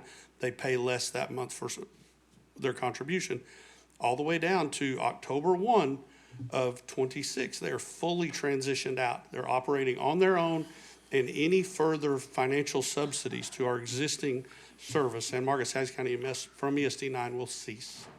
So just want to make sure that the council understands when Ms. Reyes talks to the timeliness of this, she might not put as fine a point on it as I will. Yesterday, we needed an answer yesterday. And that's kind of what we told our partners. To your question, when I was brought here, the direction I was given, we talked about Mr. Menchaca, I was hired to transition the city to a fire-based EMS system. We didn't have the money. But I set about to set up structure and processes in pursuit of that. I have Mr. Anderson can tell you, he said, hey, send me all the EMS stuff you have. Got you covered. I've done this multiple times for almost every city manager. This has come up. And that's what he said. This has come up about every 2 or 3 years. For the last 16 years, this has come up. So what I've set about to do was to position us for the best care for the citizens of San Marcos, if we continue to provide FRO care, which is what we do, first responder organization, or if the city came and said, hey, we're going to move forward with this fire-based model, I position myself as best I can. But as Mr. Finn's report indicates, I was never given additional personnel in that pursuit. I can't run EMS with the people I have now. I would have to have those additional people. We've done the best we can with the resources we've had, but I kind of did both. I wanted to be prepared, and I was hired to transition to a fire-based EMS system. It just never materialized. But I also wanted to be mindful of delivering the best possible patient care to the citizens of San Marcos with the personnel we have. That's the reason for those higher standards and having people go to and become certified as paramedics. So it was a little bit of both. Yeah, which for the record, I'm not opposed to. I mean, I know oftentimes and it was mentioned earlier, when there's a call, there's a multi-agency response. Correct. And so having a multidisciplinary approach to it, I have no issue with that. I find it as a critical investment. Well, given the need for almost a rapid response, yes, I mean, for the record, I am leaning towards the recommendations that are listed inside this report. I just had some general questions on, so y'all had mentioned, and I saw this in the report, I think once or twice, we would continue to use a leased building or a leased property. I know you had mentioned in Yes, your. so San Marcos Hayes County EMS currently leases a building where they have a fleet repair area, as well as the administrative offices, space for training, and the other support things that are needed for the EMS organization. Your current fire stations, fire administration, and City Hall, for that matter, don't have the additional space for you to stand up this department and the personnel. So we're recommending continuing that lease until you have city-owned facilities that are able to support that. So And what that's- building are we talking about when we say that? Yeah. They took me to it, but I couldn't tell you. And you're okay, you're okay. It's in an industrial park currently off of Clovis Barker. It's at the very back Okay. of an industrial park. Initially we leased half of a building. Over time, our needs grew, the needs of the service grew. We now lease the entire building. And who's that agreement with, that lease agreement? Do you know who the landlord is? I don't know it off top. Okay, I'm just trying to get an idea on expenditures we currently have, because it does sound too that of the fire stations that we do have, with the exception of the one, these could act as some sort of, at least a staging area or something temporarily speaking?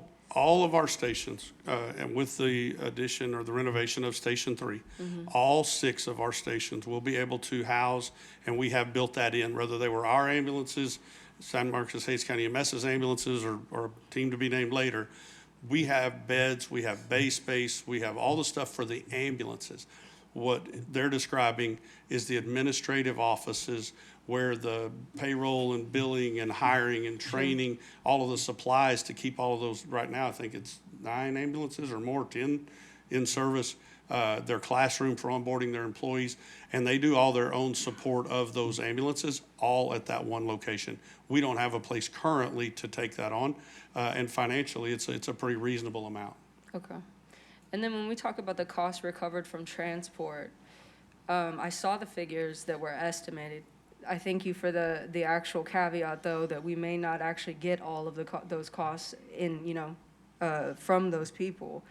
I guess what I'm trying to understand, though, is when there was a mention of not having the capacity to handle sort of some of this billing, especially as Medicaid and Medicare are sometimes complex, and contracting that out with a third-party entity. I guess when I hear third-party entity, I also hear dollar signs. And I guess my worry is sort of the cost of that and how much would be offset then by our general fund on top of that. So are we really I guess my brain is like, are we really working with that $9 million figure that Those numbers are accurate to the best of our ability, to Mr. Finn's, Chief Rosales, mine, City Manager's Office has been involved. Those numbers are accurate to the best of our ability. The third-party billing company has emerged as an almost must in this area because the nuances of the billing are so specific. You give it to someone that's all they do. They do take a percentage off the top. We currently are with a company we've been with for a while, and talking to Chief Rosales, there's actually a couple of other companies we want to explore to see if we could increase our collection rate or get that done at a little lesser price. So those things are gonna happen regardless of whether it stays as it is or comes inside. Those are conversations that are already ongoing. We want to maximize the income that we can, but just a really quick example, Medicare sets a certain percentage they'll pay. More and more, private insurance companies say, we will pay 110% of the Medicare rate. Well, if Medicare is only paying 50, then they're only paying a fraction above that. You aren't ever gonna get all your patient revenue anyway. And so a lot of that's beyond our control, but you do need a company that specializes in that, and those things are changing constantly at the federal level, what can be and cannot be collected. So we need to have a company that does that versus bringing on additional FTEs, either in EMS or to the city staff to oversee that would lack that expertise. Okay. And I imagine we'll get into the minutia of all of the billing and that as we move forward.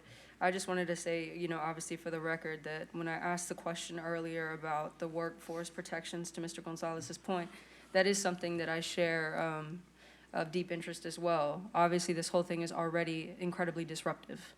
And the intent was not to make it more disruptive on our end in terms of labor protections. So that is a conversation I'll continue to be interested in, as well as, as we're talking about our hiring practices for management and the entire organizational structure of this, ensuring that, I imagine some paramedics who have been there for a long time. Are we accounting for the time that they've put in, their seniority, what they currently have right now? Those are all things that I hope we have careful consideration of moving forward. But like I said, given the position that we're in, given the time crunch that we're in, to answer, for the purpose of answering the question, I am willing to concur with the recommendation presented for city-based EMS. Mr. Basalt, did you have another question? I do have one more question.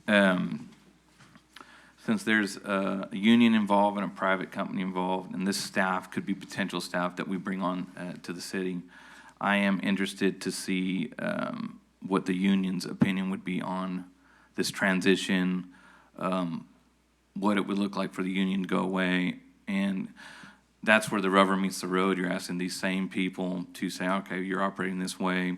What's that look like? What's that feel like for you? And what are your concerns? So if anybody here could speak to that, that would be great. Yeah, I am, like I said, the union president. So, of course, that is one of our concerns from the beginning, is that all of our employees can transition if they, so wish to. Kind of to speak to Chief Stevens, not necessarily not all EMS want to go through fire schools. Some have done it, some hold a commission and aren't interested. I'm a third-generation firefighter. I prefer EMS. I spend my time worrying about medical, not surviving a burning building, and touching on medical.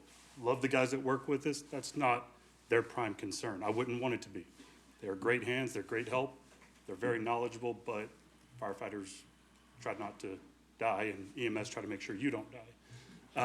So it's very different there. But as far as the workforce, we would absolutely, be wanting to make sure that all individuals were able to come over with any seniority, any of that.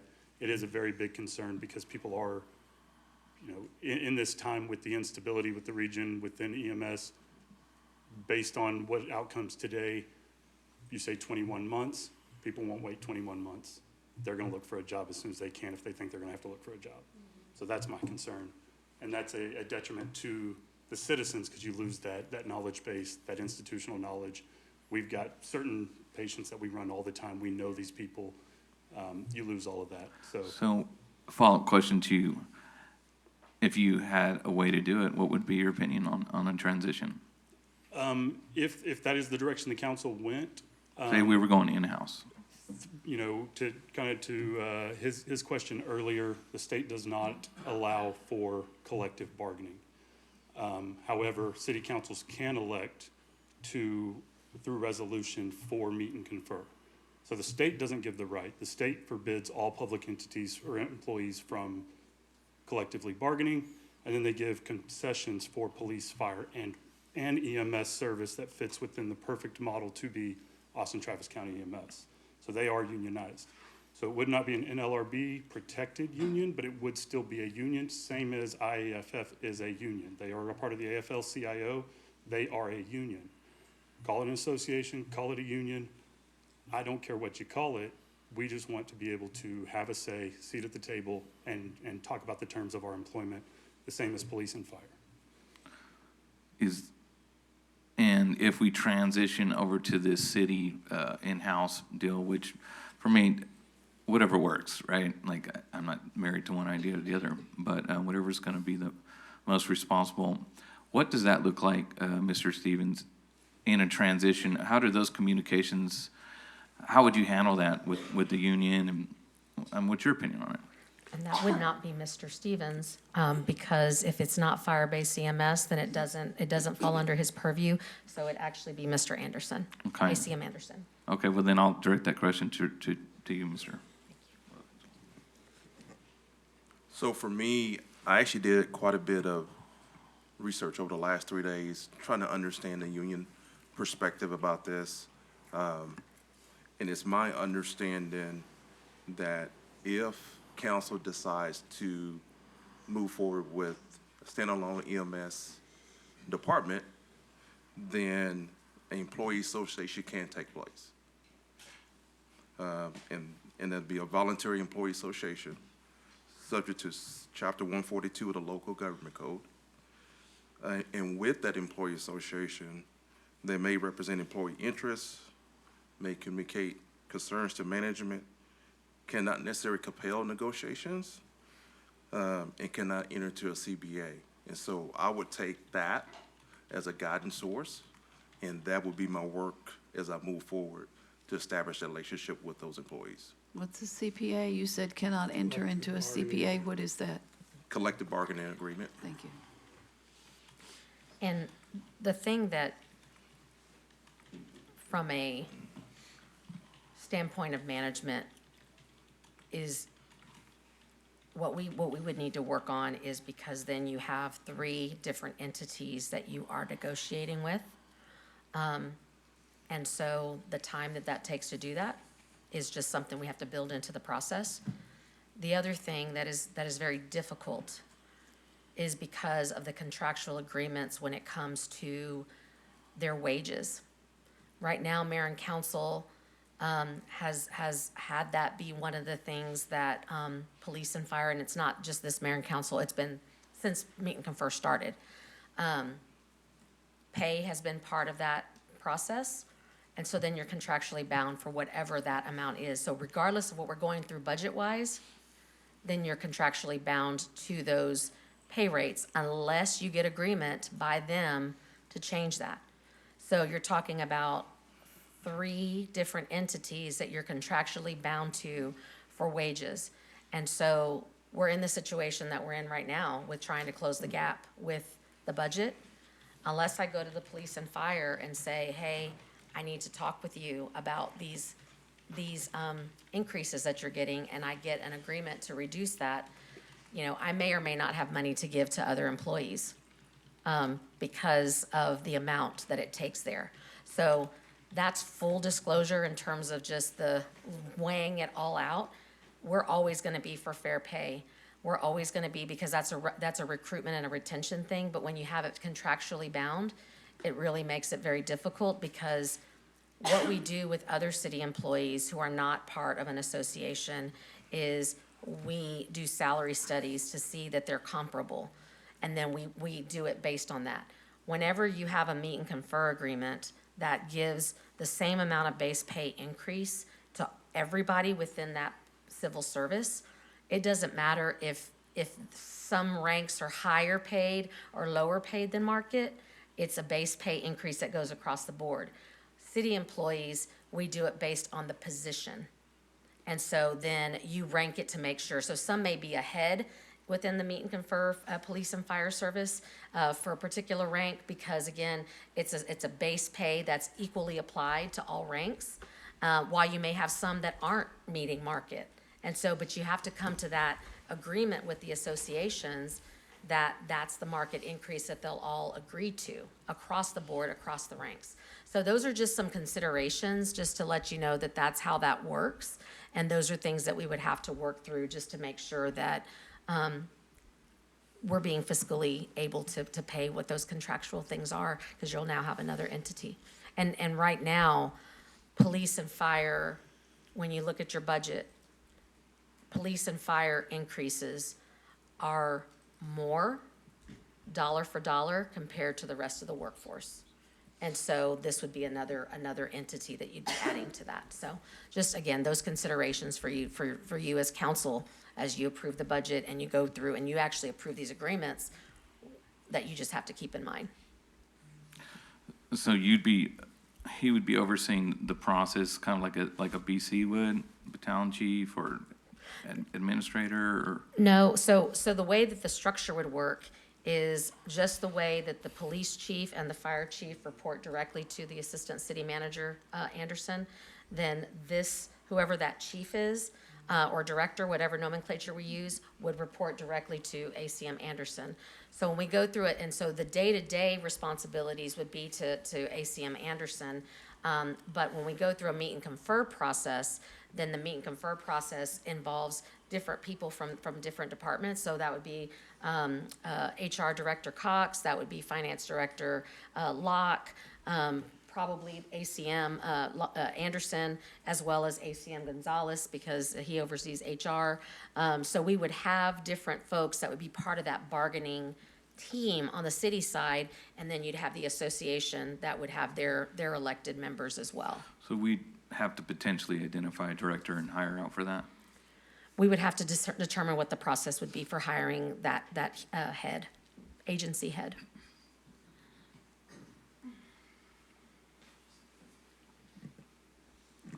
Any other questions? I do, or comment.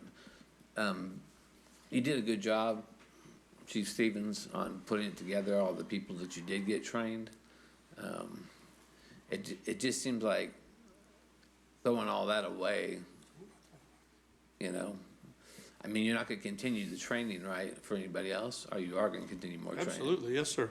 Okay. If the fire truck arrives 4 minutes before the ambulance, I want those people to get advanced level cardiac care. If the ambulance arrives 4 minutes before my fire truck, I want them to get advanced level care. Okay. We're gonna continue down the path that we're on regardless. Okay, because that's what I was thinking wasn't happening. We I are was not like, losing we just anything, spent all no, that. sir. We've Okay. come too far to turn back now. Thank No, you. sir. No, sir. And I Not think- changing those standards. I Yeah, think that's what I was wondering. If that changes, it'll be because I'm not here. But as far as I know, I'm here tomorrow, so. Yeah, I think the person with a heart attack is gonna welcome whoever gets there first. Yeah. Well, cool. Appreciate that. Okay. Other questions? Because I'm gonna go around the table and ask where you are on this. Ms. Garza, I have you down as need more time, is that correct? Still true? Yes, ma'am. Okay. And Mr. Gonzalez, you're saying you're not ready to make a commitment today? Is that still the case? Yes, ma'am. Okay. Who wants to go first? I'll say that I'm leaning towards city. That's where I was leaning before. I've read the information, went, okay, that's just where I am. No offense to anybody, that's just where I am. Mr. Basel? I'm heading towards city in-house, but my caveat is 100% dependent on how that transition would go with the union. I think that's where the rubber meets the road here. Just say it out loud. So we've got a lot of guys and gals that have been working for EMS for quite some time. It's a very scary time for them to think they need to be represented. You're asking them to come off a system that they've put into place to put some protections up for themselves. Unions don't just come out of thin air.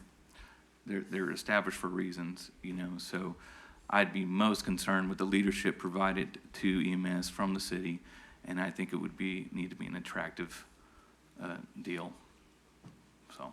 Yeah, well, nobody's being required to come over, it's an offer. Right, Offer to but apply. my concern is when you have a history, I have people that work for me right now that have been with me for almost 13 years, and I treat them like that, and you put the kid gloves on for them a little bit, and just make sure that you take care of them, because at the end of the day, they've been taking care of us for a long time. And so this isn't just a private company. It's not just some other union. These are people that have been protecting us and our neighbors for quite some time. And,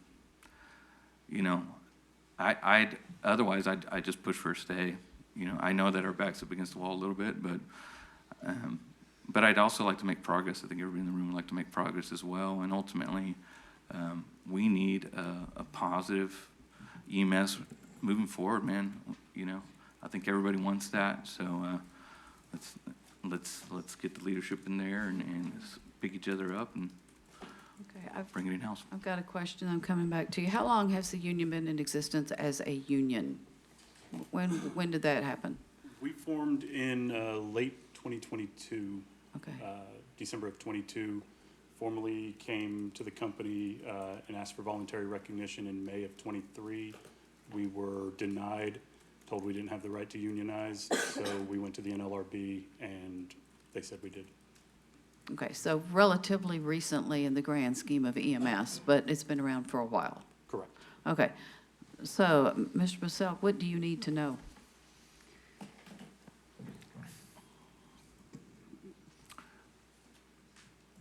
Unionizing sometimes can be put into place for lack of representation on an HR level. So ultimately, somebody might want to unionize in reaction with no basis for unionizing. They're just doing it because they want to fight. Other people might unionize because they just truly feel like they're not being heard. And I have spoke with the EMS union at one point, and I can't outright speak for them, but I think that's the issue. It's ultimately just feeling like they're supported and picked up. I think if that was the negotiation tactic, that's all I think they really want out of this. It's just good jobs and leadership that's going to stand up for them. And cool thing is, I don't know everybody yet, so I say a lot of weird stuff. I don't know everybody, and I really want best outcomes for everybody. So, I'm moving towards in-house either way. But again, I want the guys that I sat down and met with were really good guys, man. And the basis of that whole conversation was always centered around not wanting service errors in taking care of our people as they're running into them. But ultimately, they want a quality life here in-house too. So I don't know. I'd be interested to have. I'd sidebar conversation that all day with all interested parties. But ultimately, yeah, in-house sounds cool. It's a lot of work too. I'm telling you. And you taking it now, so you're taking on a whole lot more than you're necessarily going to think you're taking on. But So final decision, I'd take it in-house, but I'd really be interested, since Zach's sitting right here, to see what Zach and Mr. Stevens had to say. I'd be more than willing to sit down with you at some other point as well, so. Well, okay. I don't know. Ms. Garza wanted to say something, then I need to ask two gentlemen over here where you are. On that note, Mayor, you asked, like, Josh, like, what he would, like, what questions he had or what he wants to know. I think that just kind of like, reemphasizes, at least to me, that like where I'm at right now, it's like I don't even know what I don't know. Like I received a lot of feedback yesterday, and it's even questions regarding, questions and concerns regarding the methodology of the study and other concerns about aspects perhaps not looked at. And so for me, like to ask me which one to choose, it's like I cannot choose one without giving the time and critical eye necessary to hear those concerns, because they weren't just from like Joe Blow, the elephant man down the street. It's from people whose area of expertise is also EMS. So I don't know if anybody else got like concerns like that, but for me, it's like if there's concerns from stakeholders even regarding the methodology of the study, yeah. And I haven't had time to sit down and look through it. So I don't even know fully what questions I have. Does that make sense? No, I get that, but we are needing to make a decision at some point, so how much time would you need? I mean, even if it was like next council meeting person, I mean, I don't know Okay. if I could speak for everybody, but I just need time to like sit down and look through all this feedback. It's a big change, and there's a lot Yeah. of considerations. And it's expensive. I just want to Yeah, that too. not kick myself later for not, Okay. yeah. All right. Mr. Gonzalez, you said not today. When would you think that you might be ready?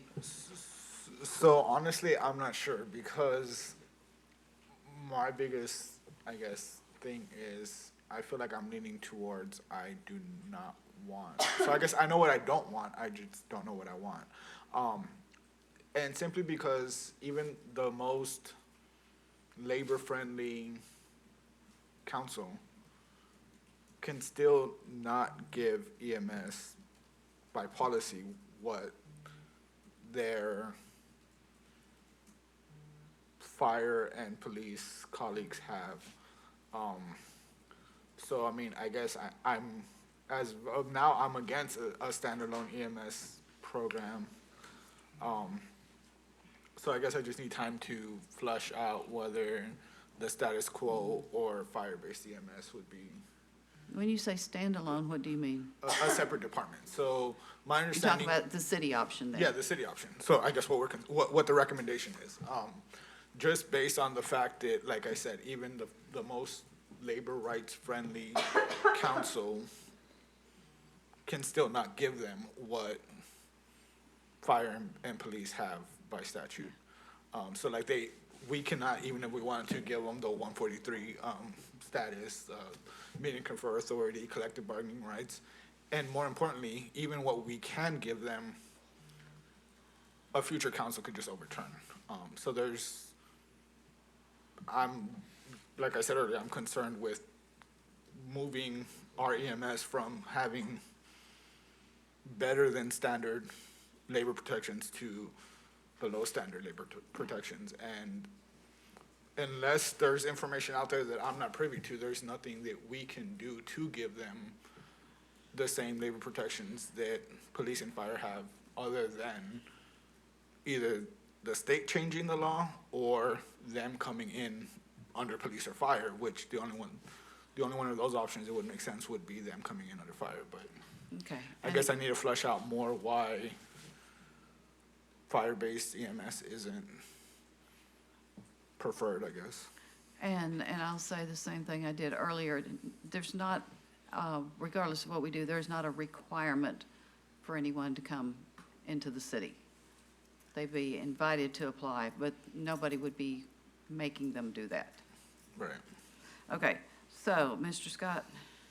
I thought my one of my questions is, it said that how many people that are in the fire department would switch over, want to go, and like would quit being a fire department personnel? I'm not aware of any at this time. What's that? I'm not aware of any at this time. Okay, so they all want to be firefighters. Correct. And that's what they applied and got hired to be.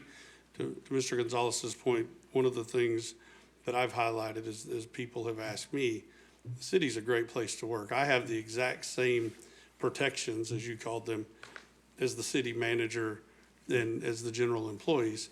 I'm not a member of the Meeting for police or fire team either. But the city, the benefits, the pay, the TMRS and some of the things like that are things we don't currently have to offer our EMS employees in this current situation that we would have if they came to work for the city. They would come under the city and be eligible for TMRS, be eligible for participation in the 457, the deferred comp plan.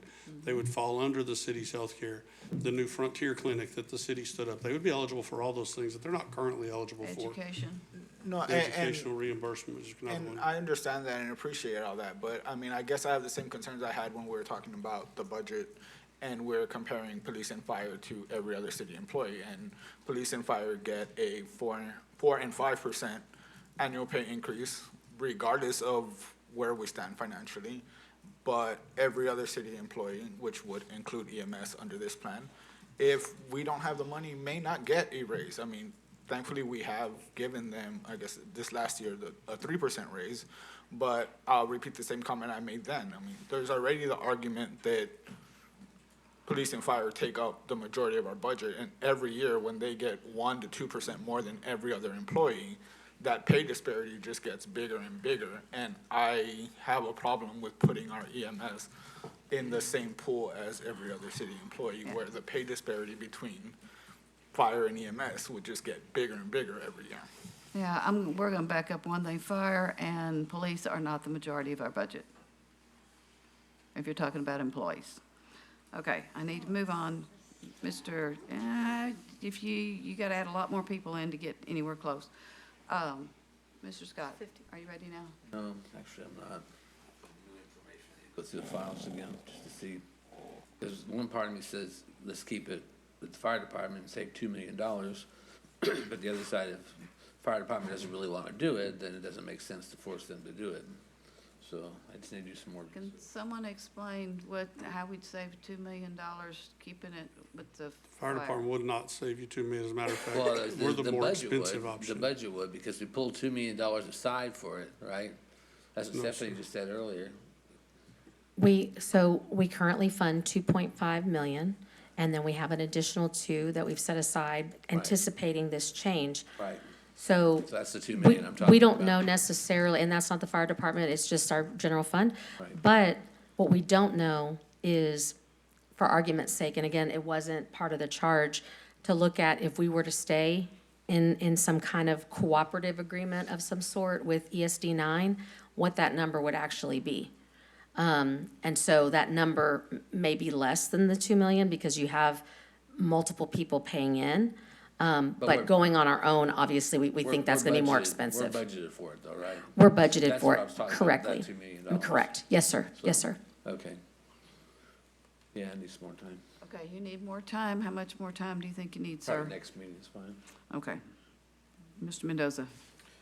I just have a quick question. Mr. Phillips, can I ask you? Earlier, you had mentioned that through your research and working with the state here, that you've seen cities that could put a resolution before council that could bring EMS, EMTs into the bargaining table like Meet and Confer would with our police department and our EMTs, our firefighters. What's that process? I mean, who did you speak to that So confirmed that? talking with our CWA representatives at our district office. CWA? CWA's Communication Workers of America, Thank you. who we are unionized with. Same as Austin Travis County EMS. They are the largest standalone unionized EMS service in the state, so they are unionized within them. They do get the actual legal ability due to lobbying a few years back. Outside of that, CWA has told us that they can do that. We have actually talked and helped some other city entities start that process. The city of FAR, their employees attempted to unionize. They sought from the council. It went a different direction. They fired the medics who asked the council if they could unionize. So this is very much a thing that can go, either way, and employees understand that. And then to the point earlier about nobody's being forced to go to to this. if the council makes this decision, you will be forcing them to go somewhere because they will be unemployed where they're at. So that is the kind of caveat to that. They're not going to be forced to go to San Marcos, but they will be forced to go somewhere. And staff, given Right, what's Can we happening. get Mr. Gary's Oh, I'm sorry, I reaction didn't to see it. all this? He may have additional information. I just, I guess I'd need to see what you're relying on and what the structure of that is, because I'm not aware of provision. You know, I'm looking at chapter 617 of the government code, and it says that a state or political subdivision may not enter into collective bargaining contract with the labor organization regarding wages, hours, conditions of employment. And so I just need to get a further understanding of that versus So a there's- collective, versus an association doing something like meet and confer. Because also, I am aware for certain cities of a certain population, meet and confer is an option. For larger cities. So anyways, I'd need to get a list of citations they're relying on for this. Absolutely. Because right now, I'm not seeing that particular path, but I'm open to. So collective learning bargaining more. is what we get through the NLRB, and that is what we currently have. We have a collective bargaining agreement that includes arbitration and mediation. When you move into the meet and confer, if the council adopted that via resolution, it's an agreement amongst the two. It removes that arbitration and mediation, and that is what the state's trying to remove, as well as that strike ability. Additionally, just so that everybody is aware, our current bylaws make it nearly impossible for EMS providers to strike in this county. We do not believe that that's ever a viable option, and I'm only bringing it up because it got mentioned here earlier. We have made it to where it requires the entire executive board and 7/8 of the bargaining unit, not just our members, 7/8 of every employee who works for us to say they want to do that, in addition to following all state laws regarding healthcare strikes. It will not happen. Within our contract, there's a article that forbids it as well. But back to your point, it would be a meet and confer as agreed to through resolution. It is not bound in state law. The state law forbids the collective bargaining between public employees, from our understanding and what our representatives at the union have said. And so it may be semantics here, and I guess I'd love to see the law that you're relying on. What I am aware is that certain municipalities, such as Austin, San Antonio, they have, I guess you could call it civil service light for some of their employees, where they have an understanding, they provide certain procedures and benefits, but it's strictly done at a local level through their city charter and whatnot. So again, if there's something I'm missing between that concept and what you're describing, it'd be helpful, and then I'd be happy to And I follow can up with definitely have that council on that. information by the next meeting. All right. Okay, and please, for everyone, understand, when I said we're not making anyone come over, I'm not saying we wouldn't welcome experienced people in San Marcos. I just want to make sure that that's clear. But there were just some comments that sounded like we'd just be taking them and moving them, and without their, and it wouldn't be their choice. And I just want to make it clear, it would be. So, okay. Well, Back to you, Mr. Mendoza. Just real quick question for staff then. So, I definitely see the concern about the hiring practices of being able to move somebody over and recognizing the amount of years they've spent, and then giving them, a But they're lateral not, title. it wouldn't be moving them over. That's the point I'm trying to make. That's, is there any way to, They would adjust need to that. apply and follow our HR procedures, just like so every other employee everybody's does. starting from day one? Those are things that we'd have to work out in terms of what all that looks like. I mean, and that's why, Yeah, like depending bringing on- seniority and that kind of thing. right, and so like, the city has transitioned when we had LCRA that we bought, right? And we brought people over. So we have practices that we've done, and we would also be able to look at other cities to see how they've done that. And so we just need time, and without having direction, we don't have that time necessarily to work some of this stuff out. So that's all that we would need in terms of some guidance of what mayor and council want us to look at to help us know what avenues we need to explore and get more information to bring back to you. Yeah, at least it would be a new department, and there's not like bringing people in to existing people and dealing with those issues. It Correct. would be fresh and new. We could figure it out. Okay, thank you. Then I'm gonna go ahead and go for the recommendations. With being said, I would really push for the meeting between our lawyer and Mr. Phillips here to find out how we can put the resolution up there, because that's my priority, is to make sure that you guys are brought to the bargaining table. Because as Mr. Gonzalez had said, I consider you guys just as equal on par as those individuals. That's where I'm gonna stay with it. Okay, so, Ms. Reyes, what I have is I have 4 city, but we still need some more information specifically about employee protection. And then we've got 3 that need more time. 2 say, I think we can get there at the next meeting. And then 1 that's saying not city, but not sure when a decision would be made. Is that what you have? Yes. Okay. So what does that tell you, what you need to know for today? That's the information that we need. Go ahead and move forward on the city side, and then look at the labor protections, because I know that that's been important and that's been talked about.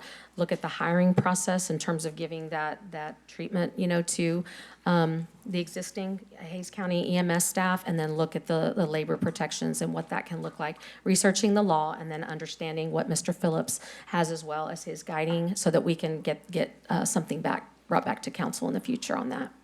Okay, so council, are y'all okay with that, or do you need that information in order to be a firm, yes, I'm for the city?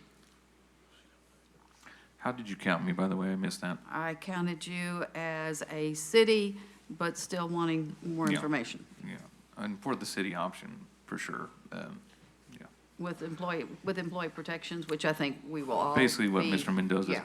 said, To answer your question, my support is contingent on those things. Right. I think one of the things I also failed to mention too, though, that I did not find in the actual study itself was sort of how we're going to address, patient outcomes, the actual patient themselves. A lot of this was purely quantitative rather than qualitative. And so because that was notably absent from the actual analysis, I need to actually understand how we're going to evaluate those things when we talk about quality of care. That is equally as important to me. So yes, to answer your question, all of that is contingent, my support is contingent on all of that. Okay, I would think that would be the same because they're requirements. I would hope so, but I didn't want to be presumptuous considering its absence. Right. And if we keep the same medical director, and if we keep many of the same people, most of the, whatever, so but it's okay to list that. I have Yes, another ma'am. request. On top of what my colleagues have just expressed, can we also have more concrete timelines? Because apparently the sky's falling and we should have done this like yesterday, even though we were not given a lot of the helpful context until I brought it up in executive session. So I think that's interesting. But I think having like a timeline that we can articulate to all the viewers at home would be helpful, because even that is just not vibing with the trust and transparency part, because all of a sudden we didn't know what was happening, and then we found out, and then all of a sudden we need to expedite things. It just kind of feels weird. So yes, I think heavy on the timelines of it all would be helpful for me. Given that, we can say next council meeting, but that agenda comes out in a week, so we don't have 5 Tuesdays this month. Would y'all be able to pull that together, which would be a week, in order to get us what we need at the next meeting? I don't know that, we're gonna have to look at the agenda, because I don't know that we, Next meeting, that's data center and board appointments. I don't know that we have capacity to put, I thought what I understood was mayor and council, y'all wanted us to move forward with the city service, but then bring these things back for further discussion. Because that helps a concurrent path with that, so that we can start working on that versus waiting Are for it y'all all good until with the end. that? But if we misunderstood direction, we're happy to It's back up on city, where and y'all. well, I heard some contingent. It's city contingent on, and so that's why I was putting it that way. Well, I'll clarify, since I mentioned the contingency. The reason I gave that was given the rushed timeline that we were provided. But if the timeline isn't in fact something and you have time to, y'all have time to prepare more holistically, I'm personally fine with that. I obviously want a finished product that's well thought out. So I'm okay with waiting. I just don't know that you're gonna get, with all the stuff that is coming up on council agenda, budgeting, visioning, yes, the data center conversation, that we're gonna be able to schedule this in is what my concern is just with all of that going on. So that's why if it was that y'all were willing to go forward with the city path, but then bring all this stuff back at a later time, that could get us going forward while still working on these other things that we need to bring to you to formalize and solidify anything. If we're on a 22-month timeline, we have time to work through some of this stuff. And so rather than having the 22-month timeline stop or start 2 months from now or whenever we can bring it back. That's my point of clarification to understand.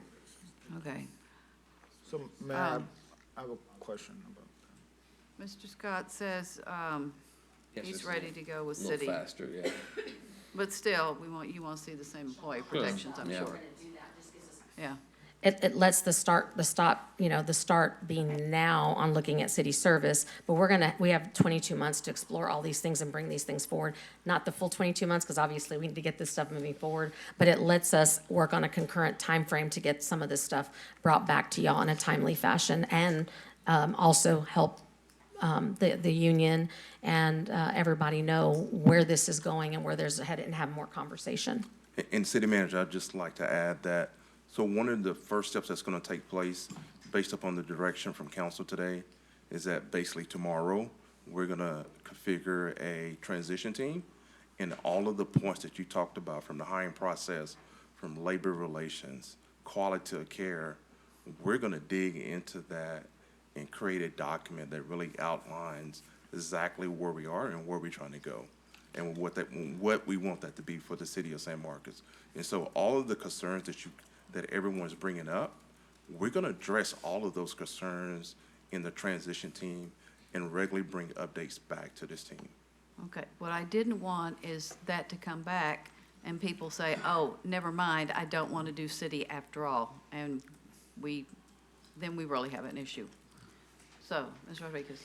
Are you comfortable, Mayor, of the things we mentioned, just to kind of see, for the sake of the record, if there is even an alignment on our end? That way we know that as long as I get an assurance on the record that those things are going to be accounted for in those subsequent discussions, I'm fine with saying right now unequivocally, I'm Yeah. for this. And I can be too, but I didn't know if we were there. Are y'all there?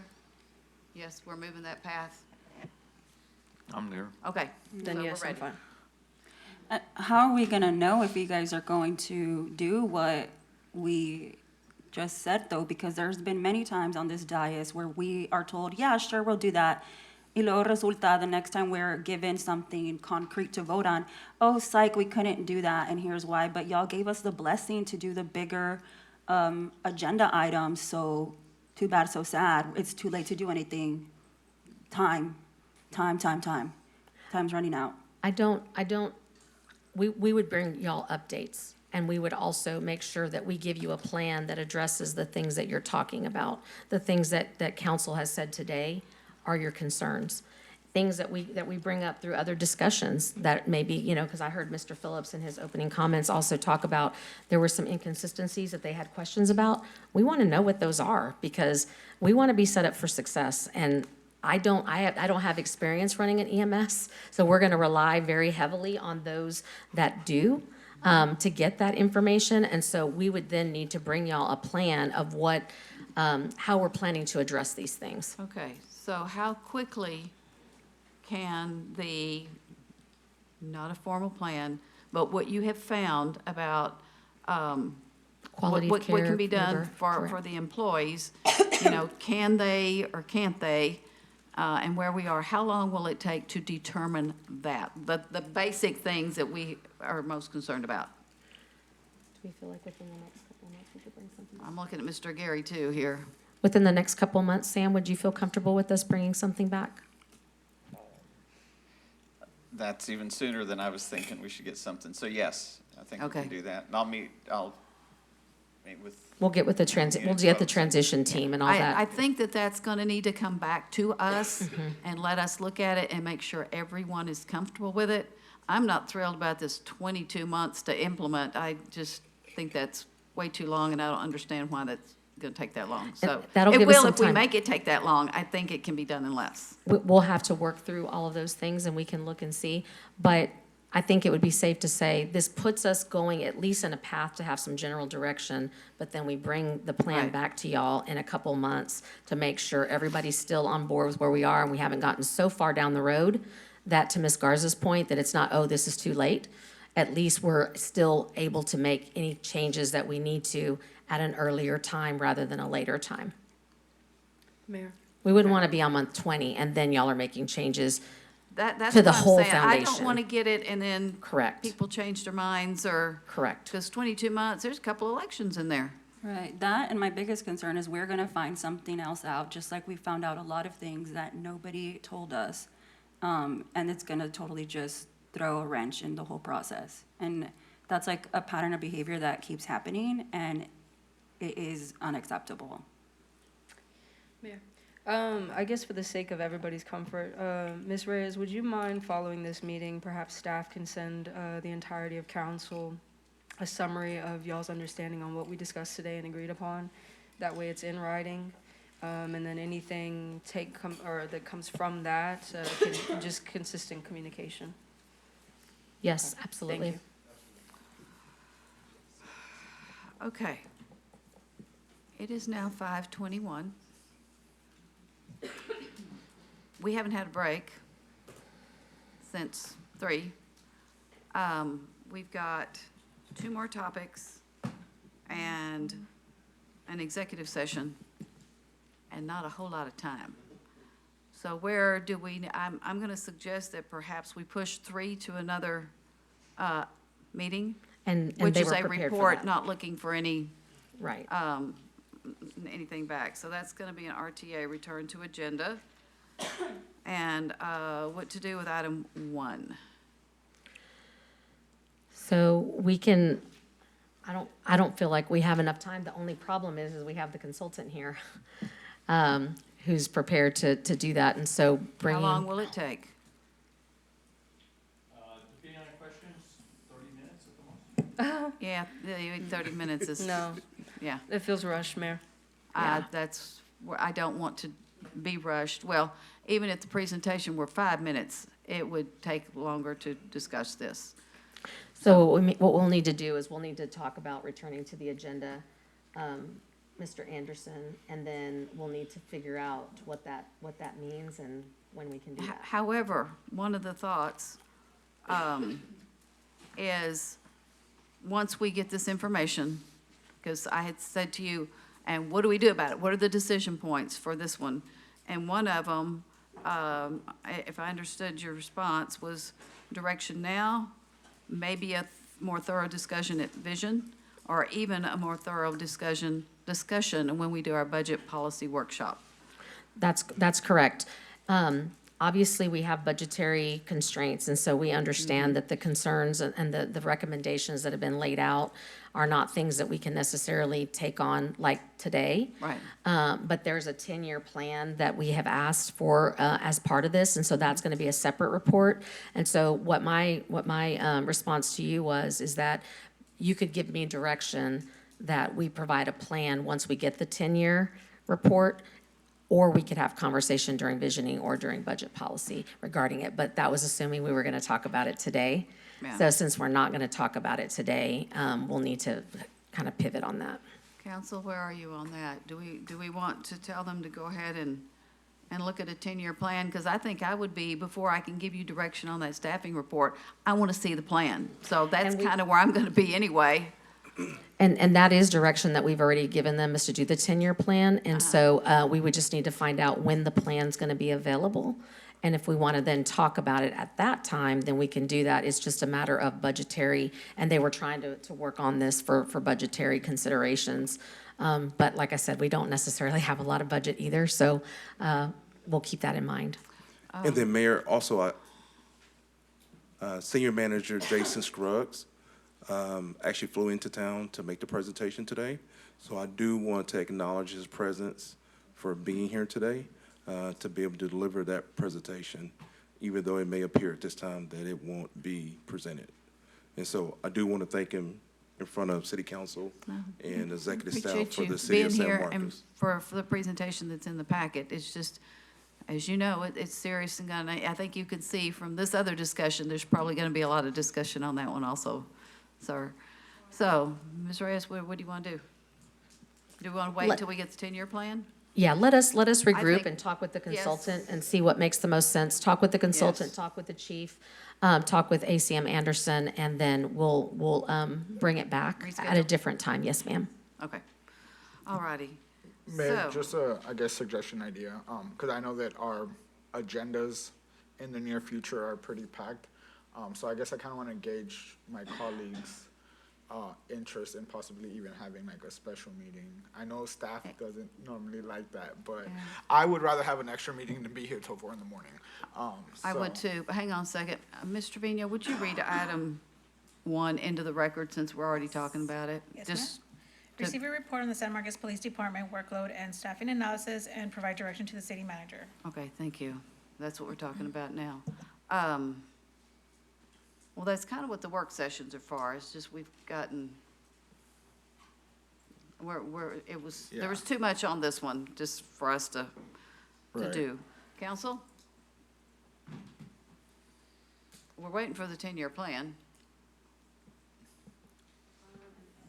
I'd Ms. rather allow staff to kind of, like she said, regroup, figure out where they are with that, and then we make some decision on how that, whatever meeting setting that's gonna look like, before I say I'm interested in a special meeting.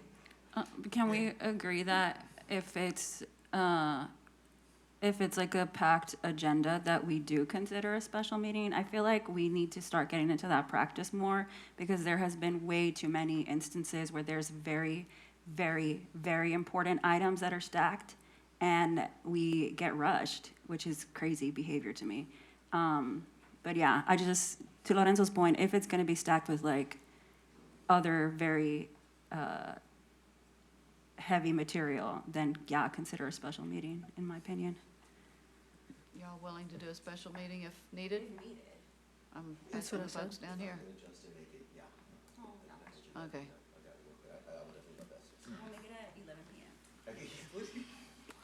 Okay, so we're gonna definitely wait for the 10-year plan, and then we're going to have staff figure out when they're gonna schedule it. And, If it can be during a work session and it's the only item, then we will do it that way. And if it's something that is, like jam-packed with other stuff. then Yeah, we I can- guess I was offering it more as a option to staff rather than, I guess, as elected officials, we should be willing to meet more than 20 times a year if necessary. So it wasn't more of a demand on staff, it was more of a, to make it fit, I think we should be willing to come in. well, we actually meet about 30 times a Well, year when you I- add the vision and the I budget understand that, policy and the budget, and the I budget, mean, and the like, budget workshops. we have 20 meetings and 20 work sessions and then. 31.5 times, actually. And I don't know, but yeah. But yeah, for me, if it's a work session, it needs to be the only thing on the work session. Okay, so I think we're good there. Ms. Trevino, that closes out item 1. Would you read item 3 so we can formally postpone that to a future agenda? Yes, ma'am. Receive a staff presentation on the Vision SMTX Comprehensive Plan Implementation Report. And I think we've all agreed that that will come back, and staff will determine when that comes back, when it needs to come back, and y'all will figure it out. Okay, at this point,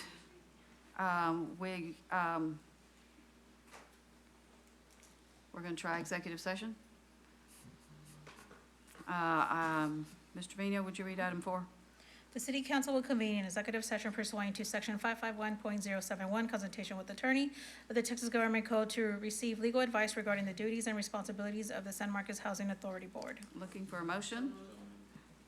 Motion by Ms. Rodriguez, seconded by Mr. Scott. Mr. Trevino? Mr. Pacell? Aye. Ms. Garza?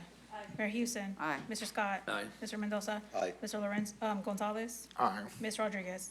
Motion passes 7-0.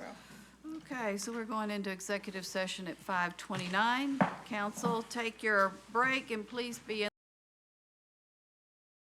executive session. Our next item is Q&A. Ms. Trevino, do we have anyone here online who had signed up? Okay. Mr. Baker, if you can hear me, we're pulling you over for Q&A. Yep, just takes a second. Well, we don't have but 10. Well, I know. Yes, my name is Maxwell Baker. My questions are, this mess item was a rather large and well-known item that was going to come up since the decision kind of fallen.